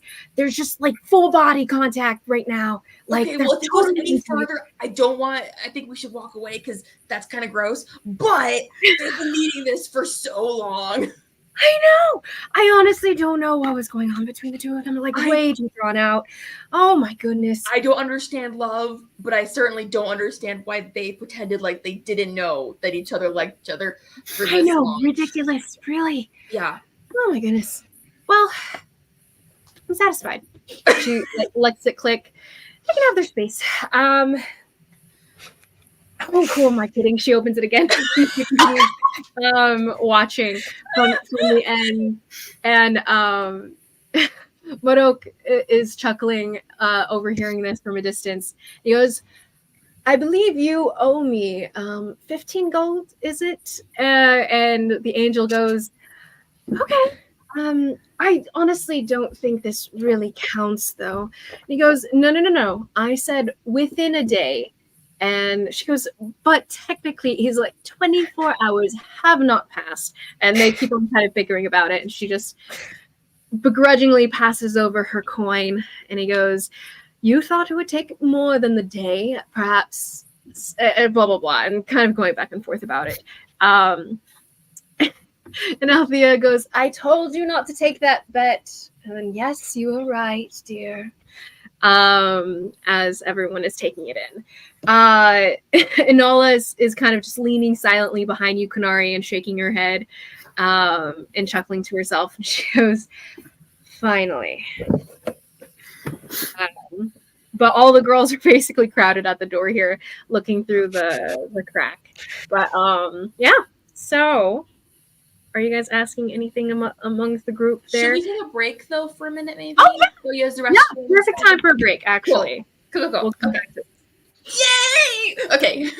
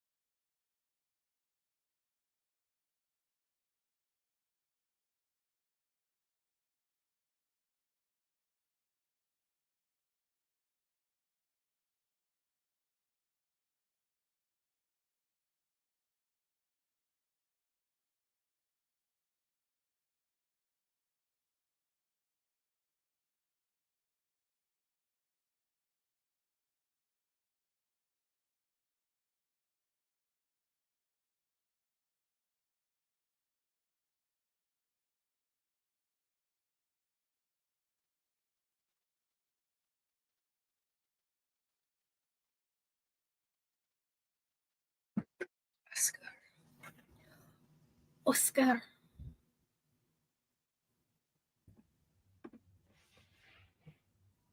What's up? Hey. I just read your text. I am glad.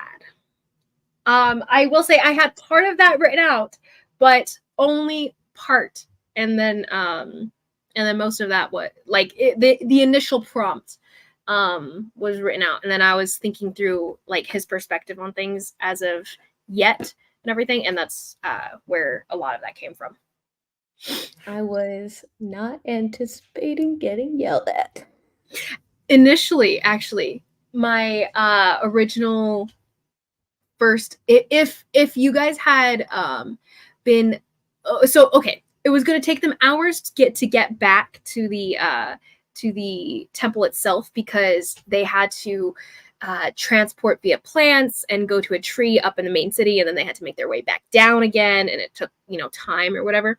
So in all of that, if you guys had ended up taking like a long rest down below, or even taking like more time than the couple hours it took you to get back up and everything, you would have encountered him like on the walk down kind of thing, because he was trying to go like down to meet you guys.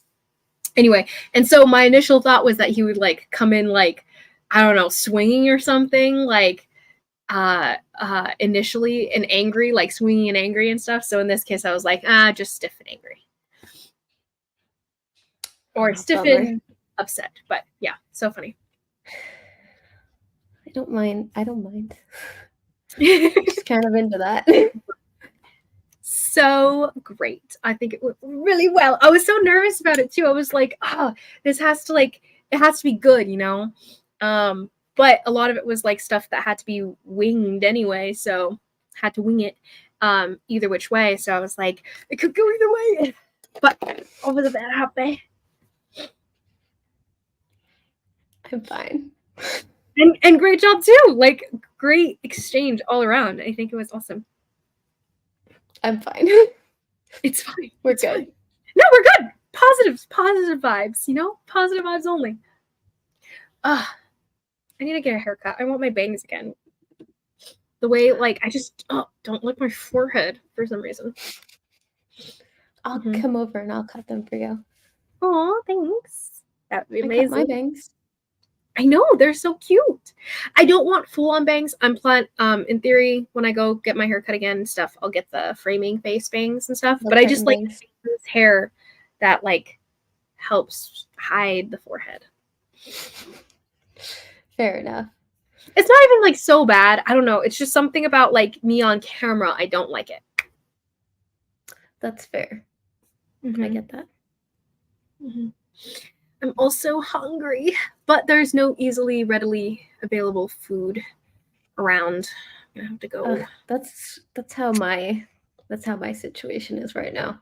I just have nothing. I have no snacks right now. I just have food. I guess there's raspberries. I guess I did buy blackberries, actually, not raspberries, blackberries. Hi, Nathan.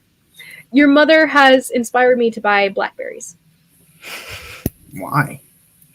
Because she had blackberries when I came to visit and everything, so I just never think about blackberries to eat them, but I saw them there and I was like, oh, Nathan's mom. Oh, bad. That's such an interesting thing to have. Hey, she has berries. She just has fruit that lies on the counter. She just lays them on the counter for people to eat whenever. Yeah, we have a whole fruit section. Yeah, counter fruit. That's a my family. It's a white mom thing. It's a white mom thing. Specifically, I guess so. Specifically though, I think it's because it's so hot here that there's if you leave them out, they'll just go old so fast. So I don't really see anyone leaving out fruit that's not bananas or apples. And even then, apples not very often from my end. So it's an interesting experience being at your mother's house and seeing the fruit just out and about. Izzy, did you tell Josh? He was very stoked. Oh, about what? Wait, what do you mean? Did he text you? No, I was just wondering if you told him, because when all that was first going down, he was like, die hard, this is endgame. Yeah, he was Oh, let's go. it's hilarious. So, yes, I A did. successfully romanced PC. NPC. Woo. For someone who should be dead. Nothing like a nat 20 on a charisma check. Mm-hmm. I did. You don't remember? Remember way back when? When Erin took Jaskier on a date that she wasn't thinking of as a date, but he was thinking of as a date. Because you basically just asked him out and was like, hey, we can hang and stuff. So in his mind, he was like, oh, this is like a date. Anyway, I was trying to make sure that he wasn't going to try to arrest Nemo. Like, that was the entire purpose of that. It was so funny. And then she rolls a natural 20, and I was like, oh, he's in love with you now. Like, he is head over heels besotted. That was not that one. That was you had another natural 20 in interaction? No. It was that natural 20 didn't happen on the first oh yeah, it was the second. It was the second. It was the day we were leaving Erin with the caravan, and it was and you were hanging out with him a little bit. And I just for my day, I just hung out at the shop. Mm-hmm. I brought a bottle of rum. For just general like vibes of how that day went, basically. And you rolled natural 20. And that was a nat 20. Yeah. But it started with the dodging of Nemo getting arrested and stuff. Yep. So really, we have Nemo to thank for this. Oh yeah. Wow. Now that I think about it, yeah. If Nemo hadn't done that, hadn't gotten arrested at the bar, it never would have happened, and he would be dead. You're welcome. So, hey, good job, Nemo. Good job, Nemo, getting arrested. See, everything I do has a plan. You guys. You dying? You guys just can't see it right away. Apparently dying. Nathan, you look vaguely like Nemo now. Like the way I picture his hair, kind of like poofy curls. Oh, really? In my mind. Huh. Mm-hmm. Rachel needs to watch this, at least this interaction go down. It's it's too vital. Also, with all the stuff about the seer, you guys should have watched the session, and you know what the inside joke is. But that was just an inside joke for me and Liz. Is that where you met me, my friend? Oh, the inside joke about her falling in love with the chieftain's daughter. Yeah, what about that. It's not a thing. What? It's not a thing. She's just so funny. It's not a thing. It's not a thing. They're not. Thea's got no shot. Thea's got no shot there. Thea probably doesn't have a shot just because of star-crossed everything, but she can have a crush. Yeah. Mm-hmm. It'll never come of anything, but it's like my crush on Lydia. Meg? Oh! It'll never come to anything whatsoever, but she is just such a great woman, and I love her. I thought you were talking about Meg for a second, because that was also... Meg too. Although Meg was like, after the fact, unaware of things kind of deal. And being like, I was a little in love with that woman. Anyway, after the fact. So funny. Yeah, great times. Meg, if you ever watch this, great woman.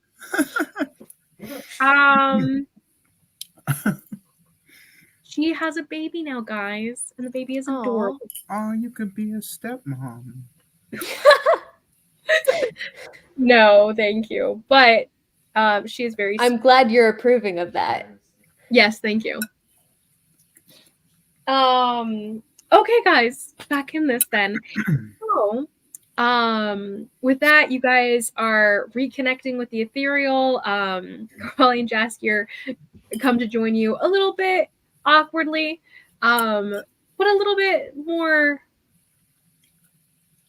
settled, I suppose, comfortable, all of a sudden. Maybe in each other's space a little bit more than they had been previously. Did you guys bang it out? Atoll had been in the process of drinking her flask, her water, and she spits it out. You can just ignore her. If you don't encourage it, she'll stop. Bold of you to assume that. You're not denying it. You're not denying. Oh, I didn't want to know that. Oh. No. Not that it would be any of your business anyways. Boo. Yours just red. And Thea's like, oh, don't worry. They weren't. I would have known. I was watching the whole time. Atoll, it's very natural. We can stop talking about this now. I need to get... I don't want to know natural. No, don't. Can we just back to blood, gore, death, mayhem? Can we just circle back? Okay. Angel Lady, can you, if you rest up, because I guess you're depleted mostly. I don't know. So you guys, everyone's complaining about being tired. Can you fix Karhale like you helped with me? I'm sorry. Fix her how? I don't know if that's a good idea, Kanari. You're referring to a curse, was it? That I helped you with previously. The curse thing. Okay, it feels like it's been weeks, but I suppose it's only been about a day. That's wild, huh? Huh. The way time passes sometimes, you know. But if, I mean, I can't as of now, but if you'd like to wait, we could plausibly in the morning. Why is it not a good idea, Karhale? He says he is my mother. Yeah, but if we go there and he still wants the Aeltress, so he's not going to kill her until, you know, he thinks that we're not giving the Aeltress. But if he doesn't have any hold over us at all, it'll be much easier to deal with things and have to worry about you going up in flames. I don't know what. Yeah, Well, honestly, everything you've told me about him makes him seem like he's a pretty nice guy. I mean, he watches over you guys and protects you. He kept a little symbol on your hand to make sure you guys didn't get in trouble. That will kill me at the end of this month if we don't give him what he wants. Yeah, he wants you guys to be friends. He said stay close to each other. Sorry, are you missing the part where I die at the end of this month if we don't give him what he wants? Did you miss that part about me dying? I mean, I would die too if I didn't have true friendship. I believe you have the end of next month as well. Oh, next month? Okay. Yeah. So you have basically, for all intents and purposes, this is 2 months left. Oh, so I thought it was give or take a year in real time. Another year. So, Karhale, this is why we want to get rid of this thing. Make it easier. Okay, yes, but see, here's the thing.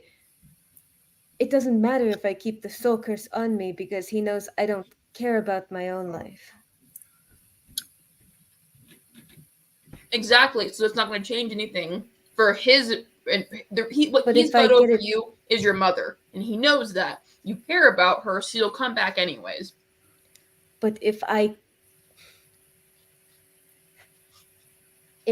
remove it, he might hurt her.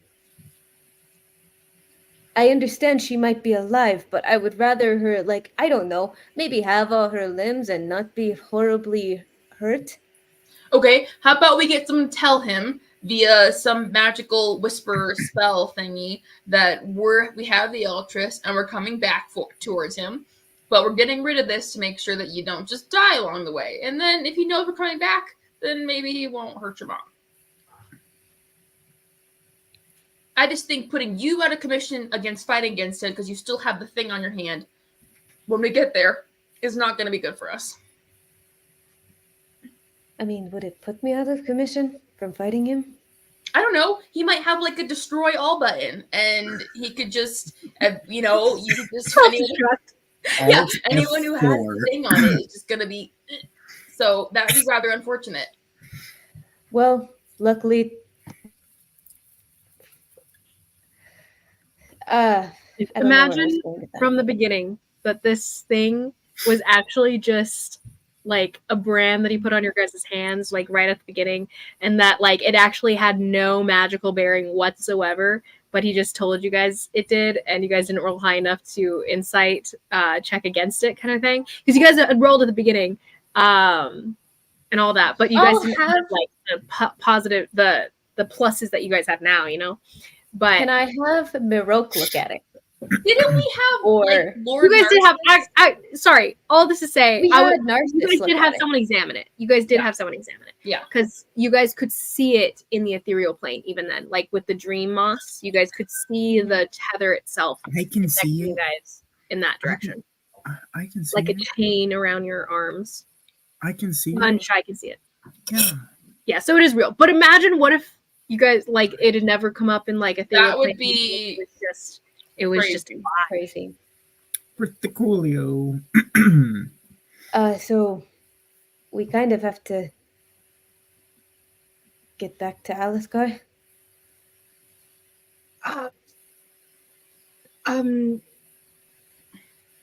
So I'd say within the interlude of you talking with Jaskier, the gypsy is presently gone. So Modok perks up and goes, "Oh, well, none of us are, we'll say, we don't have anyone here at the moment who has the capability of teleporting you somewhere we have not been before. The magistrate guy is supposed to take care of that for us. And have like an actual, connection to of sorts. As far as I understand, we might have a connection to somewhere in Elfcar, and him and the angel exchange a little bit of whispers on that. Basically, an associate that they might have. Kanari, you can kind of overhear this. What about the Ati? Oh, well, perhaps they could do something like that. And Althea perks up and goes, they could definitely get you to a big tree over there. That's what an about option. Fancy Pants Rich McGee that we just stood up to the surface? I mean, the problem still is that it's, that we have to be familiar with the tree. But maybe someone in the Ati are. I don't know. But then you'll have to also convince them to do it for you. I'm fairly confident we might be able to. Kanari just turns and just walks away okay, it's nobody wants to listen to me. That's fine. Let's just take the hard. Wait, what did you say? Oh, she keeps saying there's the Fancy Pants magistrate we set up. I know you're talking about Emilios. Yeah. Oh, wait, you're not talking about Emilios. You're talking about the priest, the guy that we just saved his butt, and he's like, yeah, we'll transport you to Elfcar. Oh yeah, everyone was totally ignoring you, and then Atol's like, "Oh, you're right." Oh, yeah. Well, you're my favorite right now. Thanks. I totally job, forgot Kanari. about that. Hey, so you know how you kind of, and I'll turn to Jaskier, you kind of deserted the military. I might have been able to get you a pardon from the Champion of Honor. What? You heard me. Okay, I had a busy few hours. Okay, She didn't even have to beg him for it. He just asked, and he said yes. So you're good, man. Okay. I mean, I wasn't necessarily deserting. It was more I went MIA, and I just never popped up, so to speak. I think they think I'm dead. I mean, Atol, you kind of deserted too, right? They also think I'm we dead. Kidnapped you. We kind of kidnapped you, didn't we? I definitely did. Though, to be fair, I was kidnapped before that. So you guys kidnapped me from my initial kidnappers. So maybe that makes we were much nicer than them. I don't remember that very clearly. I'm pretty sure you guys threatened my life. Yeah, but I also healed your burns. That is true. I give you that. and we were not nearly as mean as them. Or creepy. So or agreed. Yeah, there's that too. Yeah, so anyways, this is fine. But sure, before I'll we take it. But yeah, before we do that, I kind of need to probably sleep. And no, I'll say that later. Sorry, never mind. So, Karhala, you are turning down trying to get the curse off your hand. We don't need a righteous savior here, Karhala. We're all in this together, okay? Like, don't worry. We're not just gonna leave you out to dry. I'm not a hero. I'm scared. Yeah, didn't your boyfriend just say that this is a bad problem with you? I definitely did just say that. Sorry, say what? I didn't hear what Nathan said. He said, didn't your boyfriend just say that he had a problem with that? I think is what he said. Like with you unnecessarily putting yourself in danger. The significance there was him saying boyfriend, and yes, you're agreeing. If that was not clear. You were listening? Oh no, I wasn't listening, but Thea literally said she was when you walked in. Like I did literally just say it. Yeah. Yeah, I wasn't listening, but Kanari was. She was watching, in fact. I was giving a You were watching? Large. Yes. To be fair, which is why I know you guys weren't banging. So you should be thankful. This has been a group effort, so like we all kind of deserve to see our hard work come into play. So yes, you're just kind of covering his face. What do you mean a group effort? You think us talking you into the fact that he actually liked you and like you know, didn't talk me into shit. Technically, I think we should all agree that it was Nemo who brought you together. Okay, I don't think Nemo hardly deserves credit. I think he would definitely take credit if he were here. Nemo would take credit for anything. Although technically, I mean that first time we got drinks, I didn't know that was a date until Nemo pointed it out to me. Wait, it wasn't a date?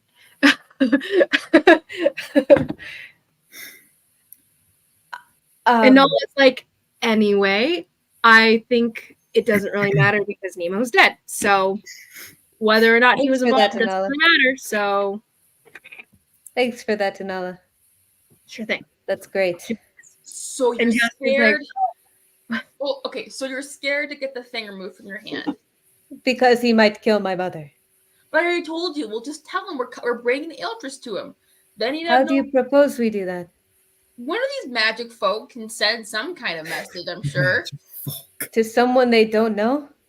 I don't know. Enola goes, she perks up, take it from someone who deals with people that don't have a lot of morals, especially when they're, leveraging them over other people. Karhala, he has power over you right now, right? In two forms, his mom and that, whatever that is, the curse. If you take it off, if you remove one form of power over you, there's going to be consequences because he's going to have to prove that he has power over you in the other. So, in my understanding, if you remove this form of power, he's just going to have to level it up in the other form. So whether that means hurting your mom somehow, I don't know, but it'll be anything he deems necessary. And obviously he doesn't have a soul right now, so that could be something drastic. I don't know. Wait, he doesn't have a soul right now? No, it's in the Eltress. The Eltress is a soul. Oh, that is interesting. It's okay. In the Eltress? No. The Eltress is his soul. Wait, so as it's breaking into more pieces, do you think that's affecting him? Making him worse? Yeah, probably. Nice. Can we glue it back together? I I'm gonna have Enola roll. Is he a How are we supposed to save him from being evil without giving him the power back? Like, how do we do this? You know, because you kind of need the soul to not be evil, probably. But like, giving him the Elder sounds like a bad idea. Oh, we're definitely not. Wait, hold on. Is this room warded from scrying? Rolled a natural 8. That means it's a 13 for her. Uh-huh. Oh, but wait, no, it's Arcana, actually. Let me... No! She levels up and gets reliable talent, which means it's just a 10 no matter what. But hold on, let me double check what her skill check thing is for that. Must be nice to get something when you level up, huh? I think she does have... You and I wouldn't know. Well, Arcana I get to move 10 +4. feet when I rage, basically. Ooh, okay, that's okay. pretty cool. I take it back. My You bad. have the same She doesn't thing. have proficiency in this, so reliable talent does not apply. But it is a 12. She goes, well, from what I understood, it seems like they were doing something to it in the first place. Because you guys have, how many pieces do you guys have right now? 3. Yeah. She goes, it seems like some of them are, I don't know, pure looking than the others. Like this, like the one that was dragging Neek down way back when, attached to Neek and stuff, that one like was a lot louder, right, than the others. I don't know. I feel like it was different. angrier or something. The one that's attached to Jen Yin right now? Mm-hmm. The one that's attached No, he gave it to me. He gave it to you guys. He was able to detach it, and it wasn't as strong. Like, it wasn't loud and dangerous, basically. Oh, where's the one that was Neek? Which one like was the other? The one with Neek. So you guys have 3. 2 of them are not dangerous. 1 of them was. Okay. Mm-hmm. But the other 2, you're not sure why. Those are the ones that were with them. Okay. Jenyan had the ones. Jenyan had the old one. The one that you guys had your hands on. That's the one. Yes. That's what I was thinking. Because Nide stole it. And then... But you guys got one off of Lusitania, and you guys got one from the priest who had the other one. So the 2 of them are good, but they are smaller pieces of this bigger one, right? Mm-hmm. They almost seem... Enola gives you the word almost purified, basically. So can we purify the big one?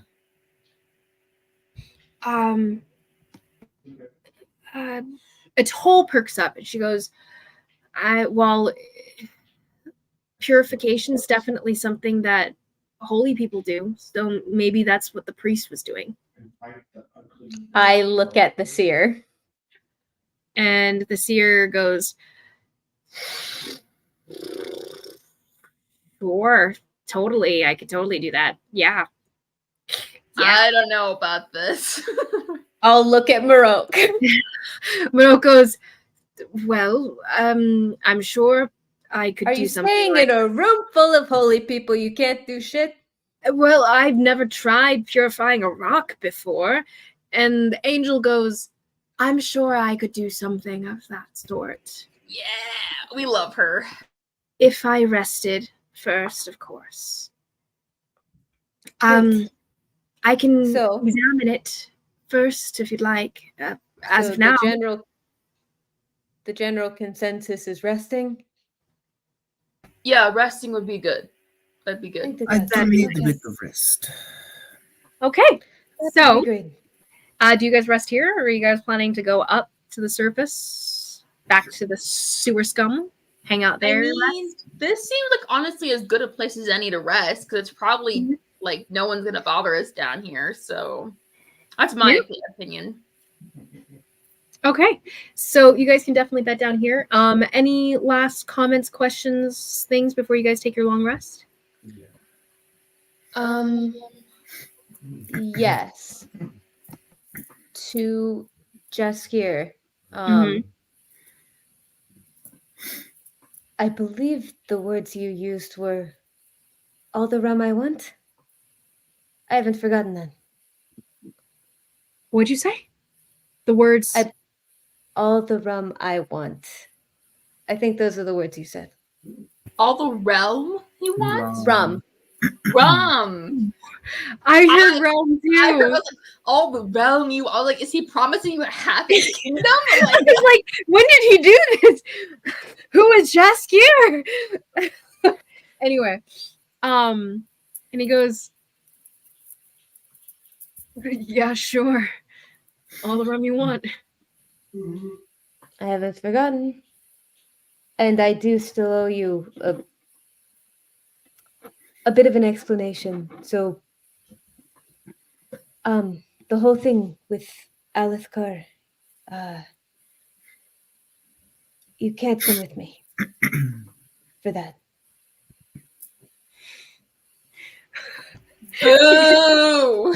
Like he shakes his head a bit, like kind of like to the side, pulls you aside to the corner of the room under like, and kind of like mutters to you, I thought we just talked about this. Didn't you just invite me? Yeah, that was kind of before I remembered that Raoden is insane, and this is the guy that's been haunting you, basically, since the beginning, right? yes, he knows that I don't care about myself. If he knew what you mean to me, if he tried to use you against me, if he hurt you, I'd fold. I can take care of myself. You should know that.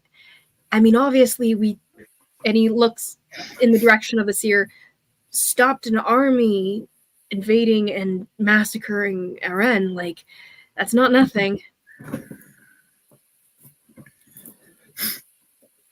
But I can understand the intention.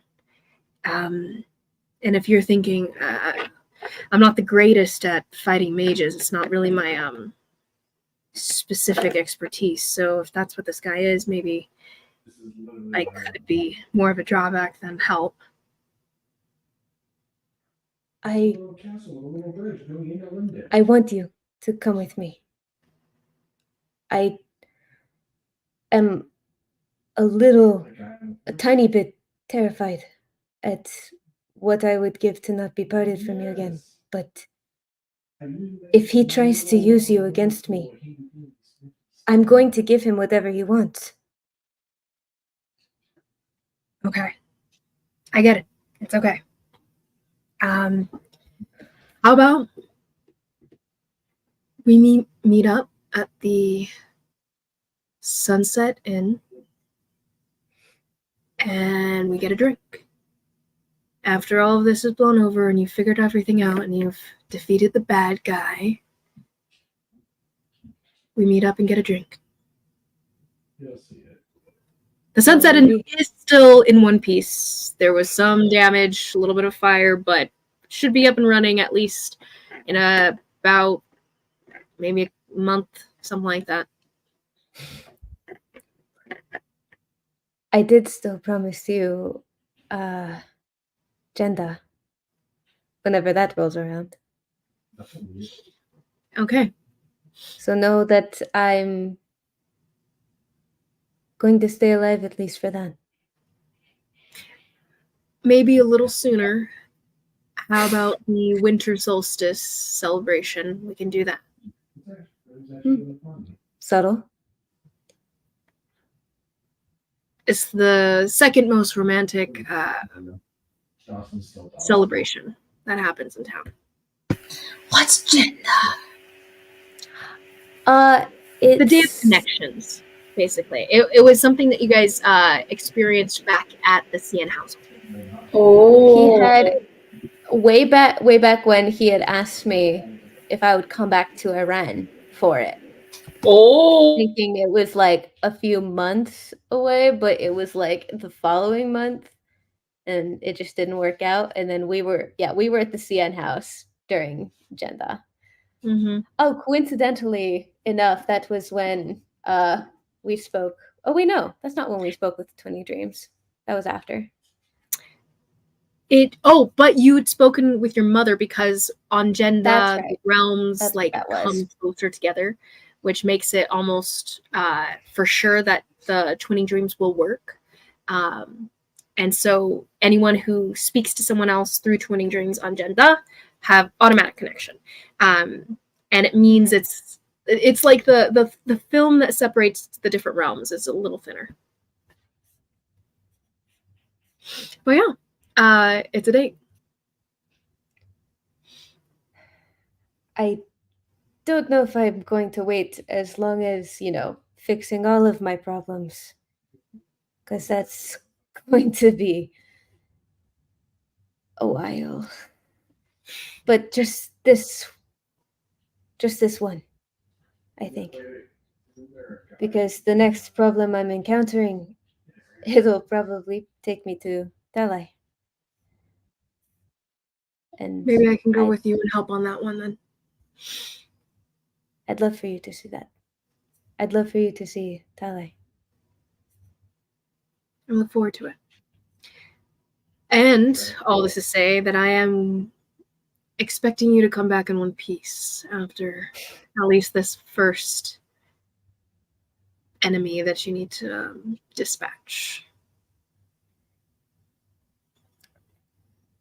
Oh. One Piece? I don't know about that, but... One Piece. I'll come back to you. That's all I can ask. He almost like reaches to shake for it, but then leans in and kisses you on the cheek instead. It's a deal. And he steps away. A little red in the face, just a little bit, because you guys were still in the main room, but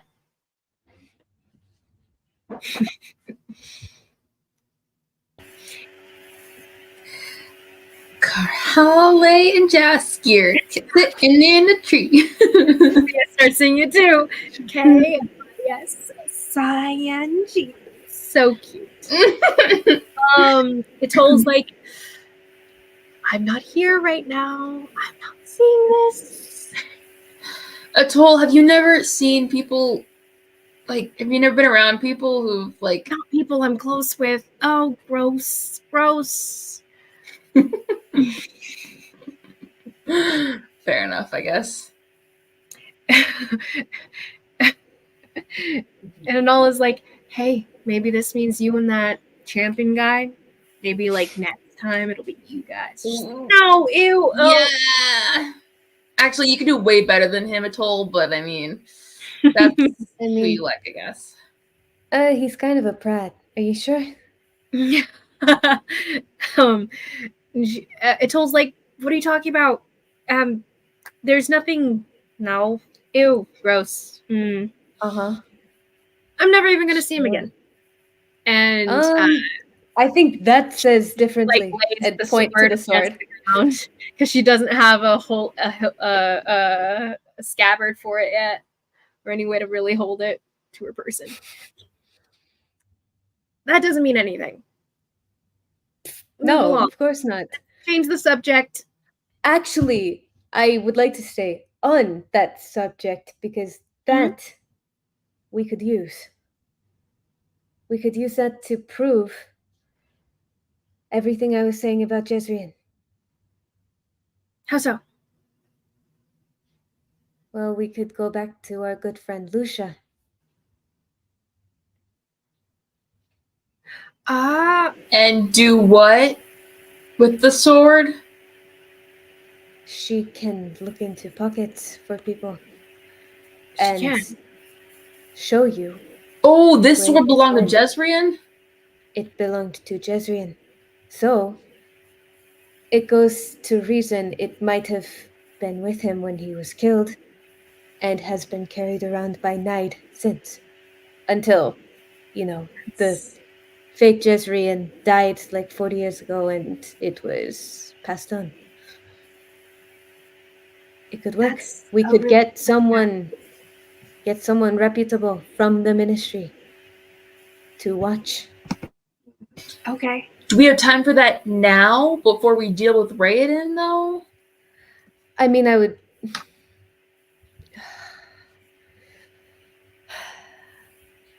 I'm being pulled in a lot of different directions.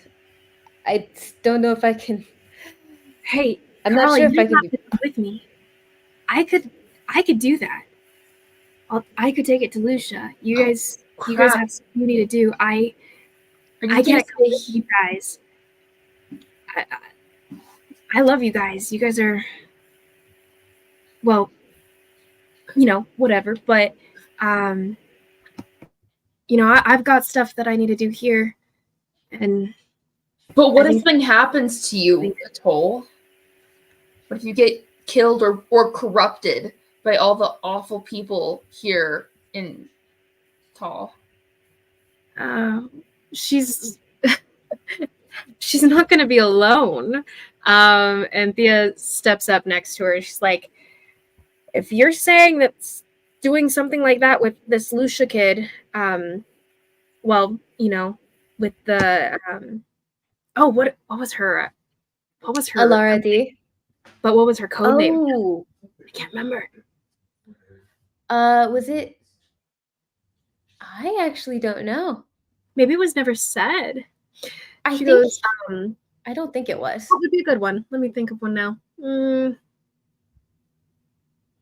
Too bad the seer is taken. I was literally going to say the seer would be good. I think of. I hate you. No, she goes. Or the Oracle.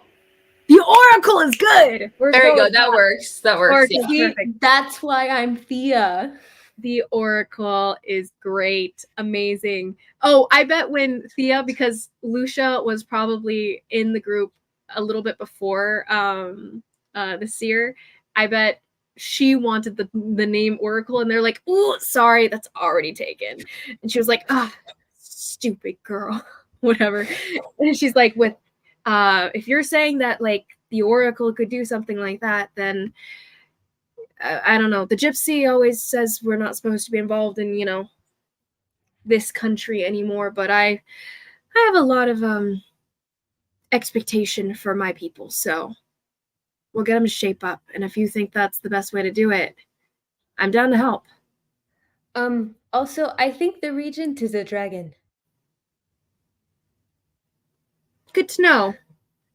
Thanks for the heads up. I think he might. There's no proof of this. She just always keeps saying it. I think she just wants to see a dragon, honestly, at this point. But I think she does. I know the dragon's not dead. The dragon made a deal with Night. I'm not crazy. Okay, 2 questions then. Where's the dragon? Or wait, what should the question be for Lucia? Where's the dragon, or what happened to Aquagumus, or what happened to Jezrien specifically? What would be the better question for her to answer? I want to know what happened to Jezrien, but it might be more important to find out what happened to Aquagumus.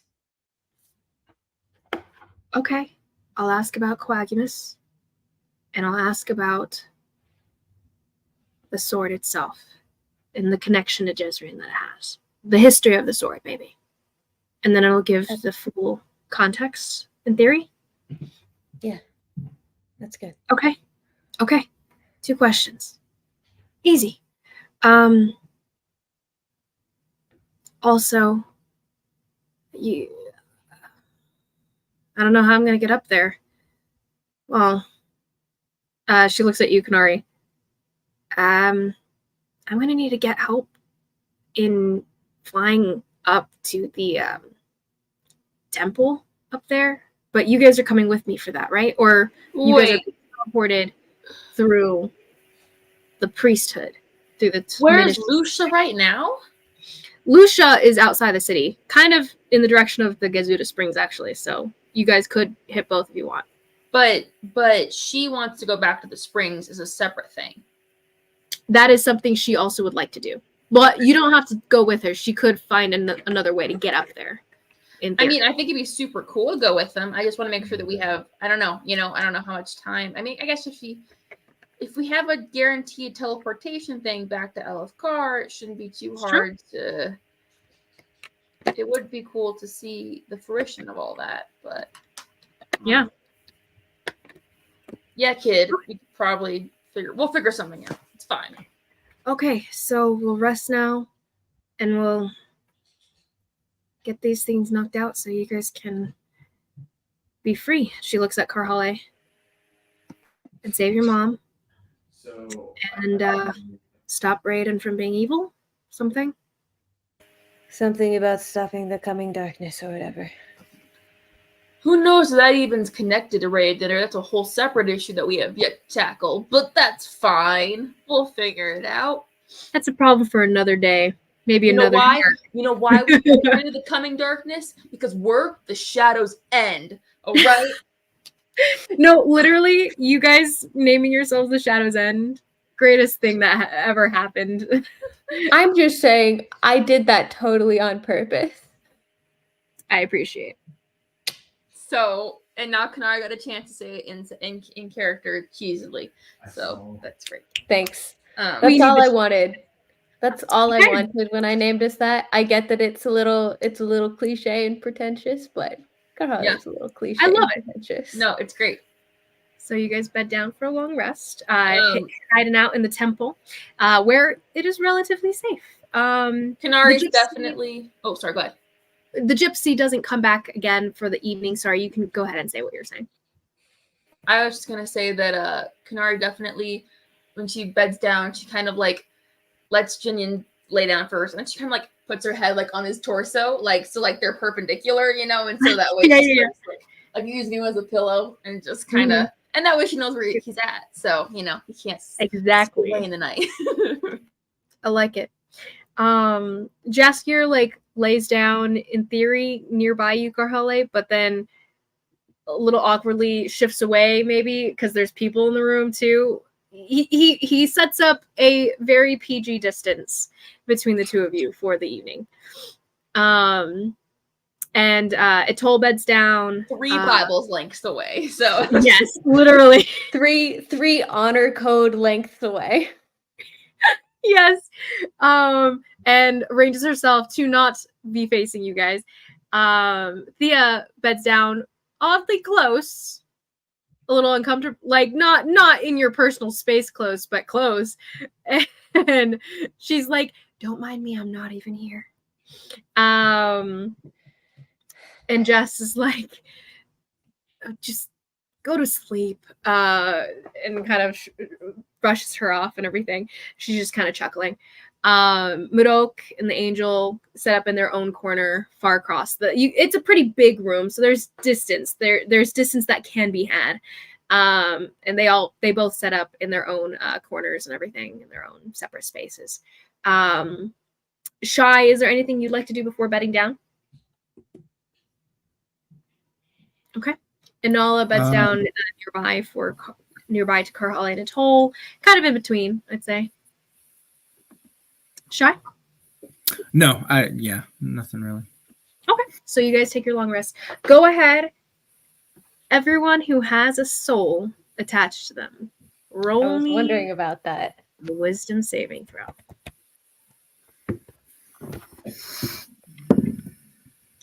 Those who have 2 souls, roll me at disadvantage. Do I have 2 souls? Yes, you Gasp. do. Okay. I also have 2 souls. I think the only one who does not is Kanari, correct? And Enola doesn't have any. Neither does Atoll. Oh no, Enola does have 1. She has 4 because of Shy. I got a 16. 16. Okay, Shy. 6. Ooh, 6. 19. 19. Okay, so Kanari, you succeed. You're able to sleep and get a full rest. The rest of you sleep, but do not wake up feeling any better. You take the effects of a short rest, but you do not get the effects of a long rest. And Nala fails. I wasn't. Oh no! Oh no! So could the angel lady do like a remove curse situation for the souls? In theory, yeah. In theory, based on your guys' experience with the Toll using a lesser restoration, she was able to connect you guys to the soul itself and plausibly have an effect on it. But yeah, But the harder it'll be how many souls you have attached to you. So as you sleep, Karhale, you dream of... Ooh, Shai had the contact. He had a Taylor priest attached to him, as well as an acolyte. You have an acolyte and... Oh, you actually have a random... When you dream, you see visions of, one, training in the acolyte monasteries, actually. Probably what you would imagine Kanari's memories to be if she could see. There's different memories of pain that you had to undergo for certain leveling in the training in the black belts kind of leveling. You have memories of traversing the labyrinth down here below. You feel fanaticism at its core. And then you also have dreams of mixing into those dreams. You also feel a dramatic difference in quality and lifestyle dreams of a young man who traverses life as in the lower dregs of society. One of the sewer scum, actually. You come to understand. And this kid just lived his life hiding in the shadows and making a living, stealing from people, living as an urchin on the streets until you found a home down below the city, and found a community there, not a safe one nor a very friendly one, but a community all the same, and ended up being found and this life being snuffed by Nide and his machinations in testing the soul crystals and such. Soul snatched up by said crystals. But both of these visions, are not your own. Shai, you have similar visions of an acolyte's life and fanaticism at its core. In contrast to that, you have the memories of the Talori ministry and gaining the renown and power of climbing the ranks. Maybe confusion at the beginning, but then transforming into fanaticism as you are taken in by the rhetoric and falsified doctrine of the church there. And then eventually coming below and fighting the shaitan that you discover down below in a trip to try to locate the children of Jezreel. And that was the goal of your guys' trip down below. You as partnering with the priest that ended up being swayed and enthralled by the shaitan down here. But your priest had been killed in that initial descent into the labyrinth, and now resides in your soul. Kanari, you have memories of sight within the monastery, and it's very odd. It's as though you can see, but they're not your encounters, they're not your memories, and you know that inherently. And then Inala, same thing. She has dreams of... she has dreams of... she has dreams of the Oni, actually. Inala dreams of a life living in the woods, growing up any way you could, scrounging for anything that you could get, until finally being taken and or being found and taken in by Yujiwan. But it wasn't until after things had sort of snapped for him, just living on his own in the wild child, crazed almost, and going crazy based on the Oni cravings that the Oni have. The red Oni specifically, they have these cravings for destruction, for death and despair. Natural born sadists. Some of them can fight it, and some of them, but most don't. And so Lustani ends up taking him in, Yujiwan, and keeping him for the future, and a resurrection that he is killed in the process of. And that's where the memories end for him, for Anala.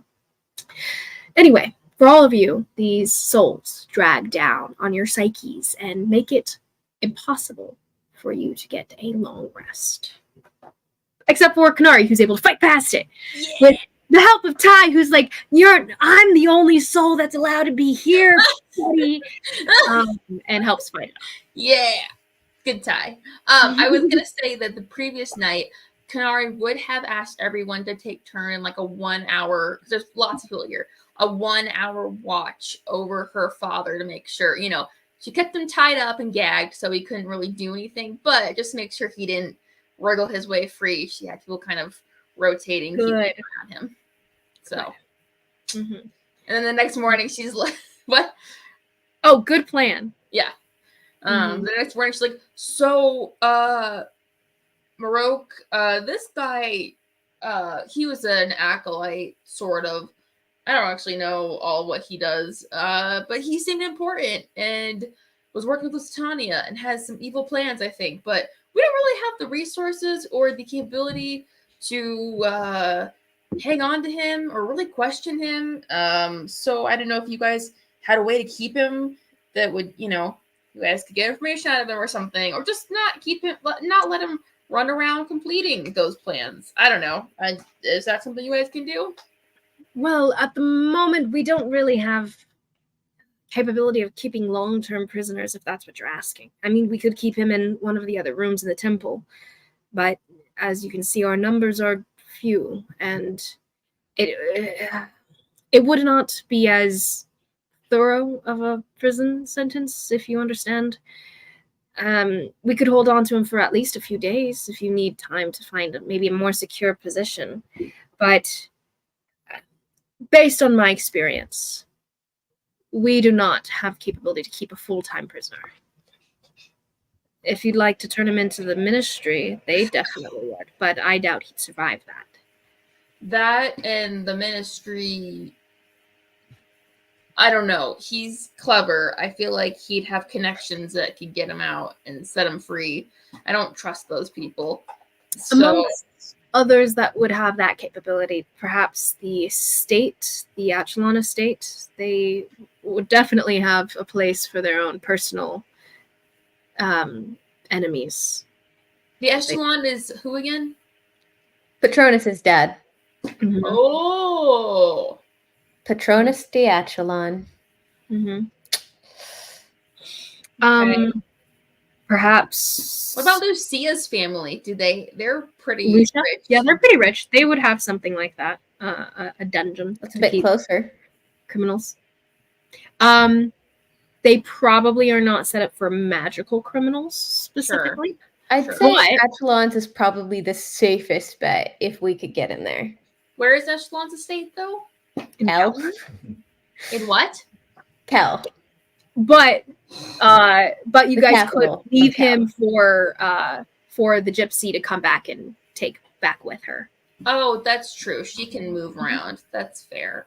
Yeah, because I don't exactly want him killed. Just not yet anyway. I want, if we decide it's your father. No, wait. I'm sorry. You want us to keep your father prisoner? He's not exactly the best guy. At least not right now. I'm hoping maybe one day he'll be better. I don't know. I don't know him. See. I just met this man, okay? I feel like we should kind of rename the Shadows and Daddy Issues because we kind of all have them. It's true. Shai, what about you? Do you have daddy issues? I think he has mommy issues. Actually, I don't really care, but go ahead. Yeah, definitely both. Okay. Nemo also had both.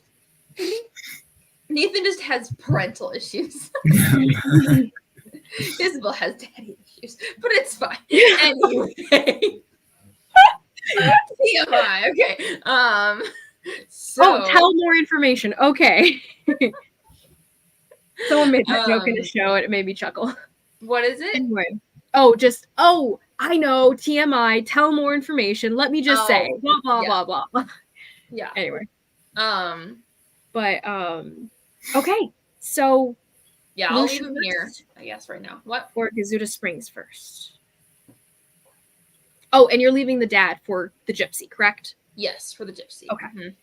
And he'll just be like, I'll see you later at some point, hopefully. Dad, if you're in there, I don't know. Well, I don't know. As well as a gagged man can. Oh, no, wait. He just connects with you mentally. Yeah. You hear the voice in your mind. It goes, Konotash has not been present for a long time. He goes, unfortunately, he had a weak mind, a weak will. And after his family was gone, he no longer struggles. Almost makes me so mad. This makes me want to do something right now, but I don't really know what I can do. Like, he is still there, but he no longer struggles to come out. Wait, Ty. I doubt he can even hear you now. Oh, what do you say? I doubt he can even hear you now. I'm going to try to mind delve and see how far I can be. I've been waiting for this. I'm like, okay. She's mad. We're going to have this be a roll. Okay. It's going to be contested. Because instead of necessarily looking for something specific in his mind, like it's not you in a DC, it'll be you in a mind battle with this guy. Almost. Because one, he'll be fighting you and you'll be reaching for a certain extent. So, here we go. As you reach forward to delve into his mind and he reaches out to combat you. Okay. This is a wisdom check, to be clear.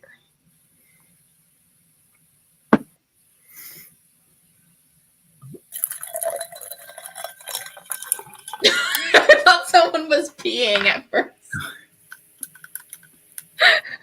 Does sound like that. Okay. 23. Oh! I rolled a 19. Okay. So as you reach in and you feel the mental reach of his as he almost like shoots out to bash you away almost here. But you're like a shooting arrow and you slice right through all of his barriers, all of his protections of his mind that he puts up in preparation to fight against you here. But you're angry and you have a direct purpose.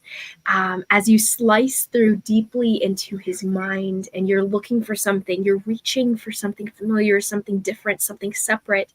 You know the feeling of a Corey soul versus your soul. You know how it feels in your mind because you fill up the space, so to speak. And in a sense, that space has this small little glowing light in the corner, just almost tucked away. And that's Ty, this glowing warmth that just resides within you. And you're seeking it out in the same way that you might seek out Ty in this mind, except it's not like that. Instead of seeing this glowing corner of light within this man's mind, instead you find what seems like embers in the corner, snuffed out almost entirely, barely glowing with a haze of something, some sort of life, but it's barely there. You found it, and it was incredibly difficult to do. Go ahead. It's not alive. It's not there to speak to. Okay. You know inherently as you come upon the embers of his soul that he gave up a long time ago. And there's barely any of him left that's here. How do you stoke him back to life is my question. Dad, it's me, Canary. If you remember me, Mom saved me a long time ago. I hope that you wanted that too. Roll me a persuasion check. Oh, I'm not good at those. Okay.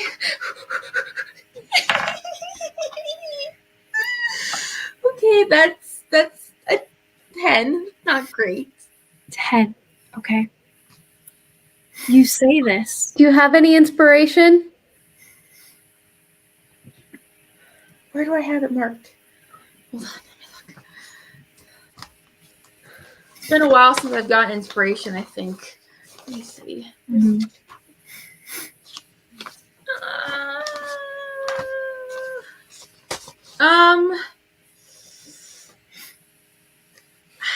I don't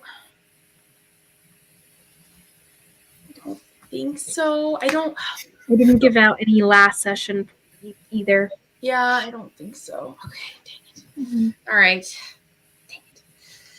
Okay. It's okay. You say these words and you whisper them out into this abyss of a mind. This corner where the embers gave up. And you see them glow, just a haze, as it's almost like you blew on the embers and they all kind of glow orange. But there's no spark. And you feel that glow as it almost is enough to feel the warmth on your mental reach here. And you hear the echo of your name, Canary. But then there's nothing. The embers dim once again. But they don't disappear. They're there. In theory, you could try again. Like right now or in the future? In the future. Okay, all right.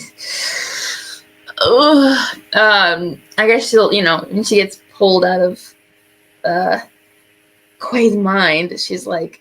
He seems to be reeling and just closing his eyes in agitation and pain. He's in there, and I'll get him back out. You have my word. I believe you underestimate the power of Ikori over immortal spirit. We have such ease in taking the reins from another because we are of a mental realm, not a physical one. We have to be attached to bodies of a physical form to exist in your world.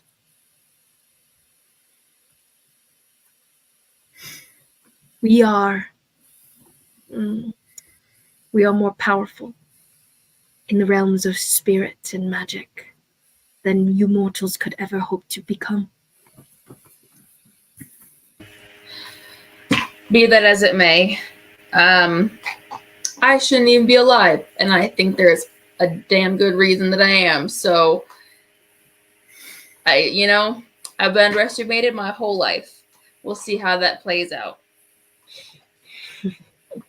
He just kind of chuckles lowly in the telepathic link, and his eyes look smug, even with the gag in his mouth. A pursuit for another day. Yeah. Okay. Yep. Well, like this new goal on Canary's checklist: get her dad out of the sky. It is just so sad for Kolotouch. He lost so much that day. Anyway, let's see. Okay, so you truss him up and pack him off to Kel. Shai has his tapestry. You guys are ready to go. I think that's it. You guys good to go to Lucia? or Gizuta Springs? Which one first? The springs. Okay. No. So you guys head out into the desert. No long rest. As a side note, you don't have your spells back. Oh, I didn't use any. I didn't really use much from. Mm-hmm. I didn't use much from when I used the crystals. Oh, before you guys leave, do you guys want to try to get that resolved first? Yes, I was thinking about that. So, she has access to 3 greater restoration spells. Now, those spells can be used on 3 different people. There are 4 of you that are affected right now. For this day, she will have to take a long rest for another set of the higher. I'm fine, right? You have a soul for now, which means you'll be rolling every time you take a long rest. I say you 3 should do it. I just have a better chance of succeeding a wisdom saving throw than any of you. If I do this, will it remove the soul curse? Oh, I would have to target it directly for the greater restoration to affect the curse itself. Okay. Then yeah, do it. I can target just one thing at a time is the main idea. All right. I'll be looking into your soul. It's rather invasive, and she gives you this like little explanation. This is what I'm going to be doing, very medical in a sense of like you're going to feel a little pinch, and it's okay, and blah blah blah. And do you need anyone with you? And it's fine. But if you see any others in there, they're fine. There's a bear. Her name's Irsa, and then there's an elk. His name's Wapiti. They're both fine. They're cool. Leave them. Don't worry. I won't be confusing souls for remnant essence of the Vodir. And just between you and me, I am rather familiar with them. And she casts Greater Restoration on you to remove these souls. She pulls, so you feel the cycling of these memories, these visions, and this tug on your spirit, this weight on your spirit, and it's far more noticeable once it's gone, as you feel the energy almost that in the way that coffee gives you this energy that's almost separate from sleep energy, the natural energy that you get when you wake up.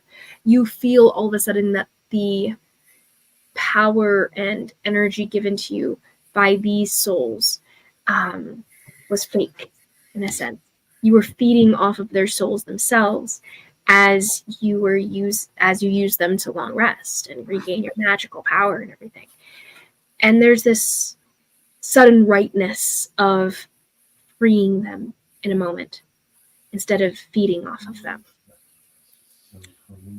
They are released to Valora, in theory, maybe elsewhere, depending on who they were. For both of you, for Shai, for Karhale, and for Inala. Is that who you guys were sending it to? Okay, so for all of you guys, it's successful. Greater Restoration is a high-level spell. Lesser Restoration would have been a roll. But you guys are freed from the weight of these foreign souls upon you. What about my missing hit points from way back when with Trig? You do actually regain your missing hit points from way back when with Trig. Yeah. That effect, because she is still touching on your soul, it does still heal you. Up to 120 now, the Becky. Only natural magic fills you guys up. And Shai, I believe you took soul damage at one point, correct? I had 3 points of soul damage. Cool. So you regain those HP as well. And Nola, I don't believe has any. Nice. 15. Back to max, baby. So you guys are back up, and she is out of healing spells, or those high level greater restorations there, and she'll have to wait till the next day if you so desire for her to take off the other. By the way, they don't decide to charge you for the stuff because of the chests of gold and stuff that you guys gave to them. Fair enough. So with that, you guys head to Lucia. The trek itself, again, it's about a day's journey. Going up to Gazuda Springs first here. Who's coming with us? Good question. Atoll goes with you because she has a vested interest in both. Jinyin, vested interest in Kanari. Jaskier would probably leave you to it unless you were following after him. He was going to engage with the city and go contact Merrick with Thea, actually. Okay. They were going to share some of the information about the Shaitan and kind of make a plan on how to attack that. I don't know. Are you sure you don't just want to leave them to it? He cocks his head in your direction, and Thea's like, I'll be fine. He goes, all right then. And he'll go with you guys. Tell Mary I said hi. And that I'm alive. And that I'm sorry about abandoning him at the Aljaver estate. And yeah. the heist He's probably pissed about that, yeah. I mean, it's not really my fault. We thought we brought him out with us, and then it ended up being night, and then he ended up stealing from us. It's fine. He's a big boy. He's fine. He'll live. I mean, yes, he'll live. I don't know why the two of you seem to think he's very tough. He's really not. He can't even, shoot whiskey. And she's like, you'd be surprised. He can put some people under the barrel. Maybe not me, but some. Not me. But at least that's what I meant. Have fun with that. I give her a knowing look. She's a little looks at you a little askance, but she shrugs her shoulders. She's not the type to be embarrassed. Jess kind of snickers behind you though, and you guys head out. So the trip itself, easy enough. It's hot, like it always is. But you make it out of the city. The city seems to be rebuilding from a lot of the destruction. There is a general mourning period for the people that had fallen during the attack of the undead, but it is also rather celebratory in the sense when people see you guys exiting the city. You guys are accosted by multiple happy faces and thankful responses, and people being like, we heard about you, we heard the stories, and you guys, it was because of you that they say it was because of you that my daughter wasn't killed in that moment, and blah blah blah, and people saying that the skeletons dropped right in time. Some people being like, you should have done it faster, and why couldn't you get rid of it? And some people critiquing the work, and some people just hailing you guys as heroes as you guys move through. But for the most part, you guys just hear odd whispers of your guys' group of name. The Shadows End, the Shadows End, the Shadows End. And some people approaching, some people not. But you guys do seem to be recognized at this point. To one of the people who critiqued us, Kanari probably would have said, you want me to raise him back up again? No, I thought not. They cringe away. Toll's dragging her, stop that. yeah, literally. And Toll's kind of nodding at people, and people are coming up to her and giving her different blessings of Taylor and everything. She's like, and some of them coming to her asking for blessings of Taylor, and she's like, oh, sure. Giving little prayers here and there.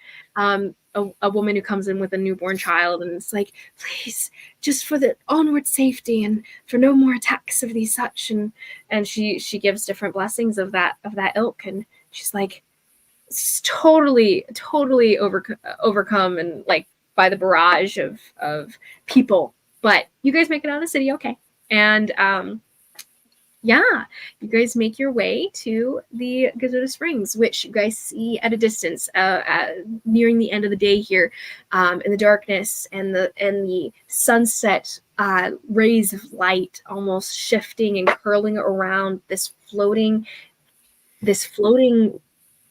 almost cylinder of stone at the top there, just hovering, frozen in the sky, not even drifting by the breeze. It's almost as though there's some sort of column, invisible column it must be resting on, but there's none. The water that's at the ground below this hovering monolith of sorts, the water itself is familiar to you guys. The spring itself, the water is still there.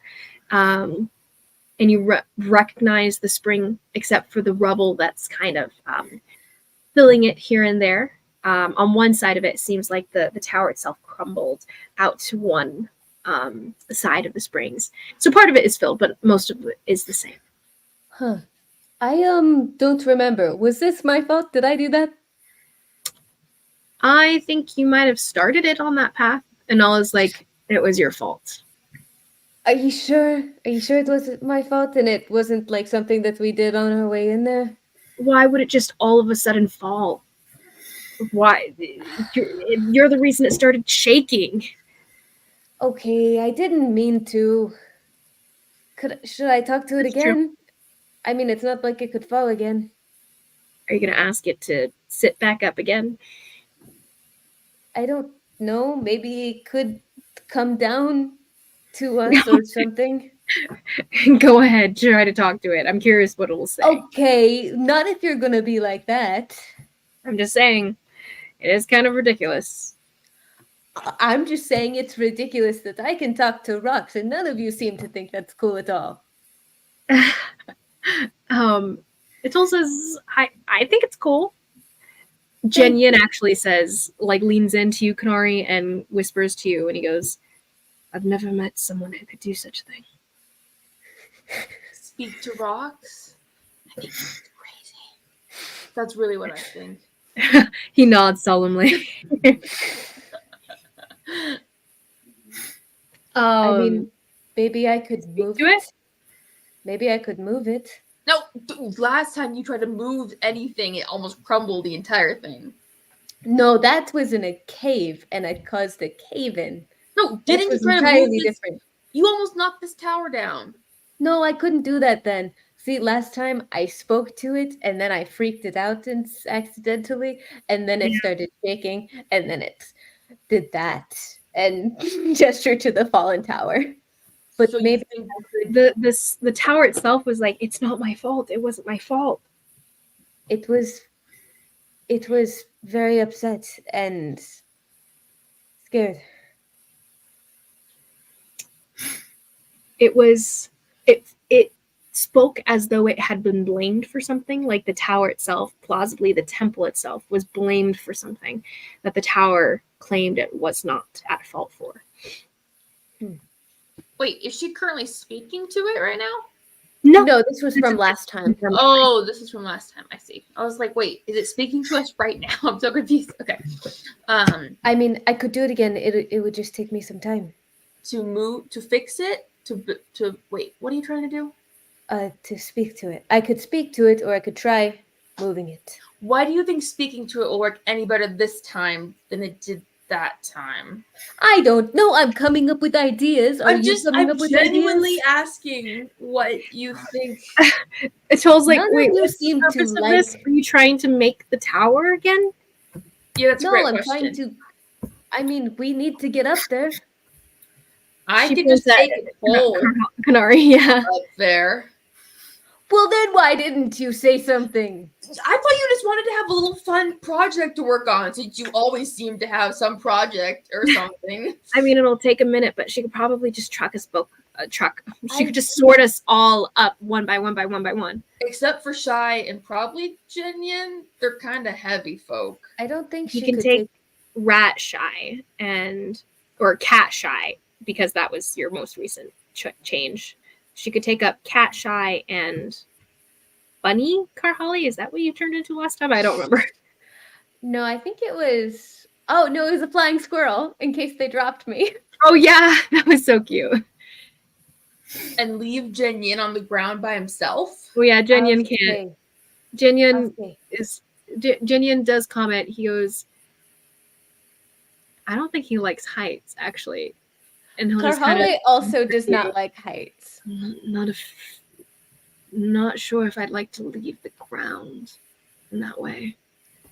I'm good if we're not flying. I can stay with Jinyin. I don't have to go up there. Jess is like, I kind of want to fly, actually. Oh, I forgot you were here, Jessica. I'm not gonna lie, but yeah, I could get you up. Just don't knock me off. I don't have to go up there. I've no context for whatever it is you guys are doing, but just a separate note. I'd like to fly. Am I now an amusement ride? Is this what my life has been reduced? Yes, I will take you on a little fly when we get done with this, Jaskier. Cool. It's really not great being up there. It's not fun. It's not a good time. I really think and Atol's like, it's not really very fun, but I have a great time. What are you talking about? You can't see how far you are from the ground. Well, that's fair, I guess. Okay, we're doing this, Shy. Are you coming? I can. Yeah, I'll shift. You can. I'm coming. And then Anala's like, I am curious. I'll go. All right. Turns to Karhale. You better make sure no one takes. Doesn't he? Karhale, you're not going. Heights, just man. Take care. Don't. True. You know what I'm saying. Karhale's scared of heights. If she can avoid it, she will. Yeah. As in, Atol's as like, much don't as worry. she's. I'll tell you whatever happens. Okay. And I would say this in your mind, by the way. She would not be saying it out loud in front of Denyon. Like, don't let him get. Just take care of him, okay? Protect him. I don't know. Just okay. I'll protect him. Thanks. It is very amusing, Karhale, because the guy is like double your size in a sense. Yeah. Not like double height wise, but like just. Yeah. I'm amused. Big buff guy. Yeah. I'm amused, but I agree to it. Kanari's just stressing about like letting him out of her sight. Okay. Oh yeah. Okay. So I will keep them all up. You will not escape my sight. Good. Thanks. Yeah. And I will take the Shy and Anala and Atol up, and then. Oh boy! I've run up there. How? Just a question. How much more are we planning on doing tonight? By the way. We are at 350, so I was thinking plausibly finish Gazuda Spring stuff and then end there and take up with Lucia next time. Sounds good. Cool. Actually, I don't know if I can find this note. It's tucked away somewhere. In the meantime, Karhale is washing off the blood in the spring. Amazing. Everyone just kind of gets down into the springs. Jinyan is a little wary about the water at first, and then slowly but surely enters the water in one of the separate pools. He tends to keep a bit of a distance. He's a little unused to people so much. But Jaskier is immediately like, I guess this is a beach episode situation, and he gets down into the water. And then I think it's only the three of you guys, right? Yep. Yeah. Yeah, it's just you two, and Jinyan, who finds his own pool separately. Yep. There are multiple pools inside. There's like 6 or so different pools of water that are still uncovered, and the rest of them were covered by the tower. Yeah. Okay, so. Oh, okay. So as call back to Gazuda Springs, you guys found Anala had been in one of the springs at the center, which is the one that you guys are settling down into right now, at the base of the tower, that had the words written in an ancient language. I forget what language it was written in, but she figured out what it said, and it said "the greatest lie ever told." That like written on the back of it, and it's like scratched in. Let's see.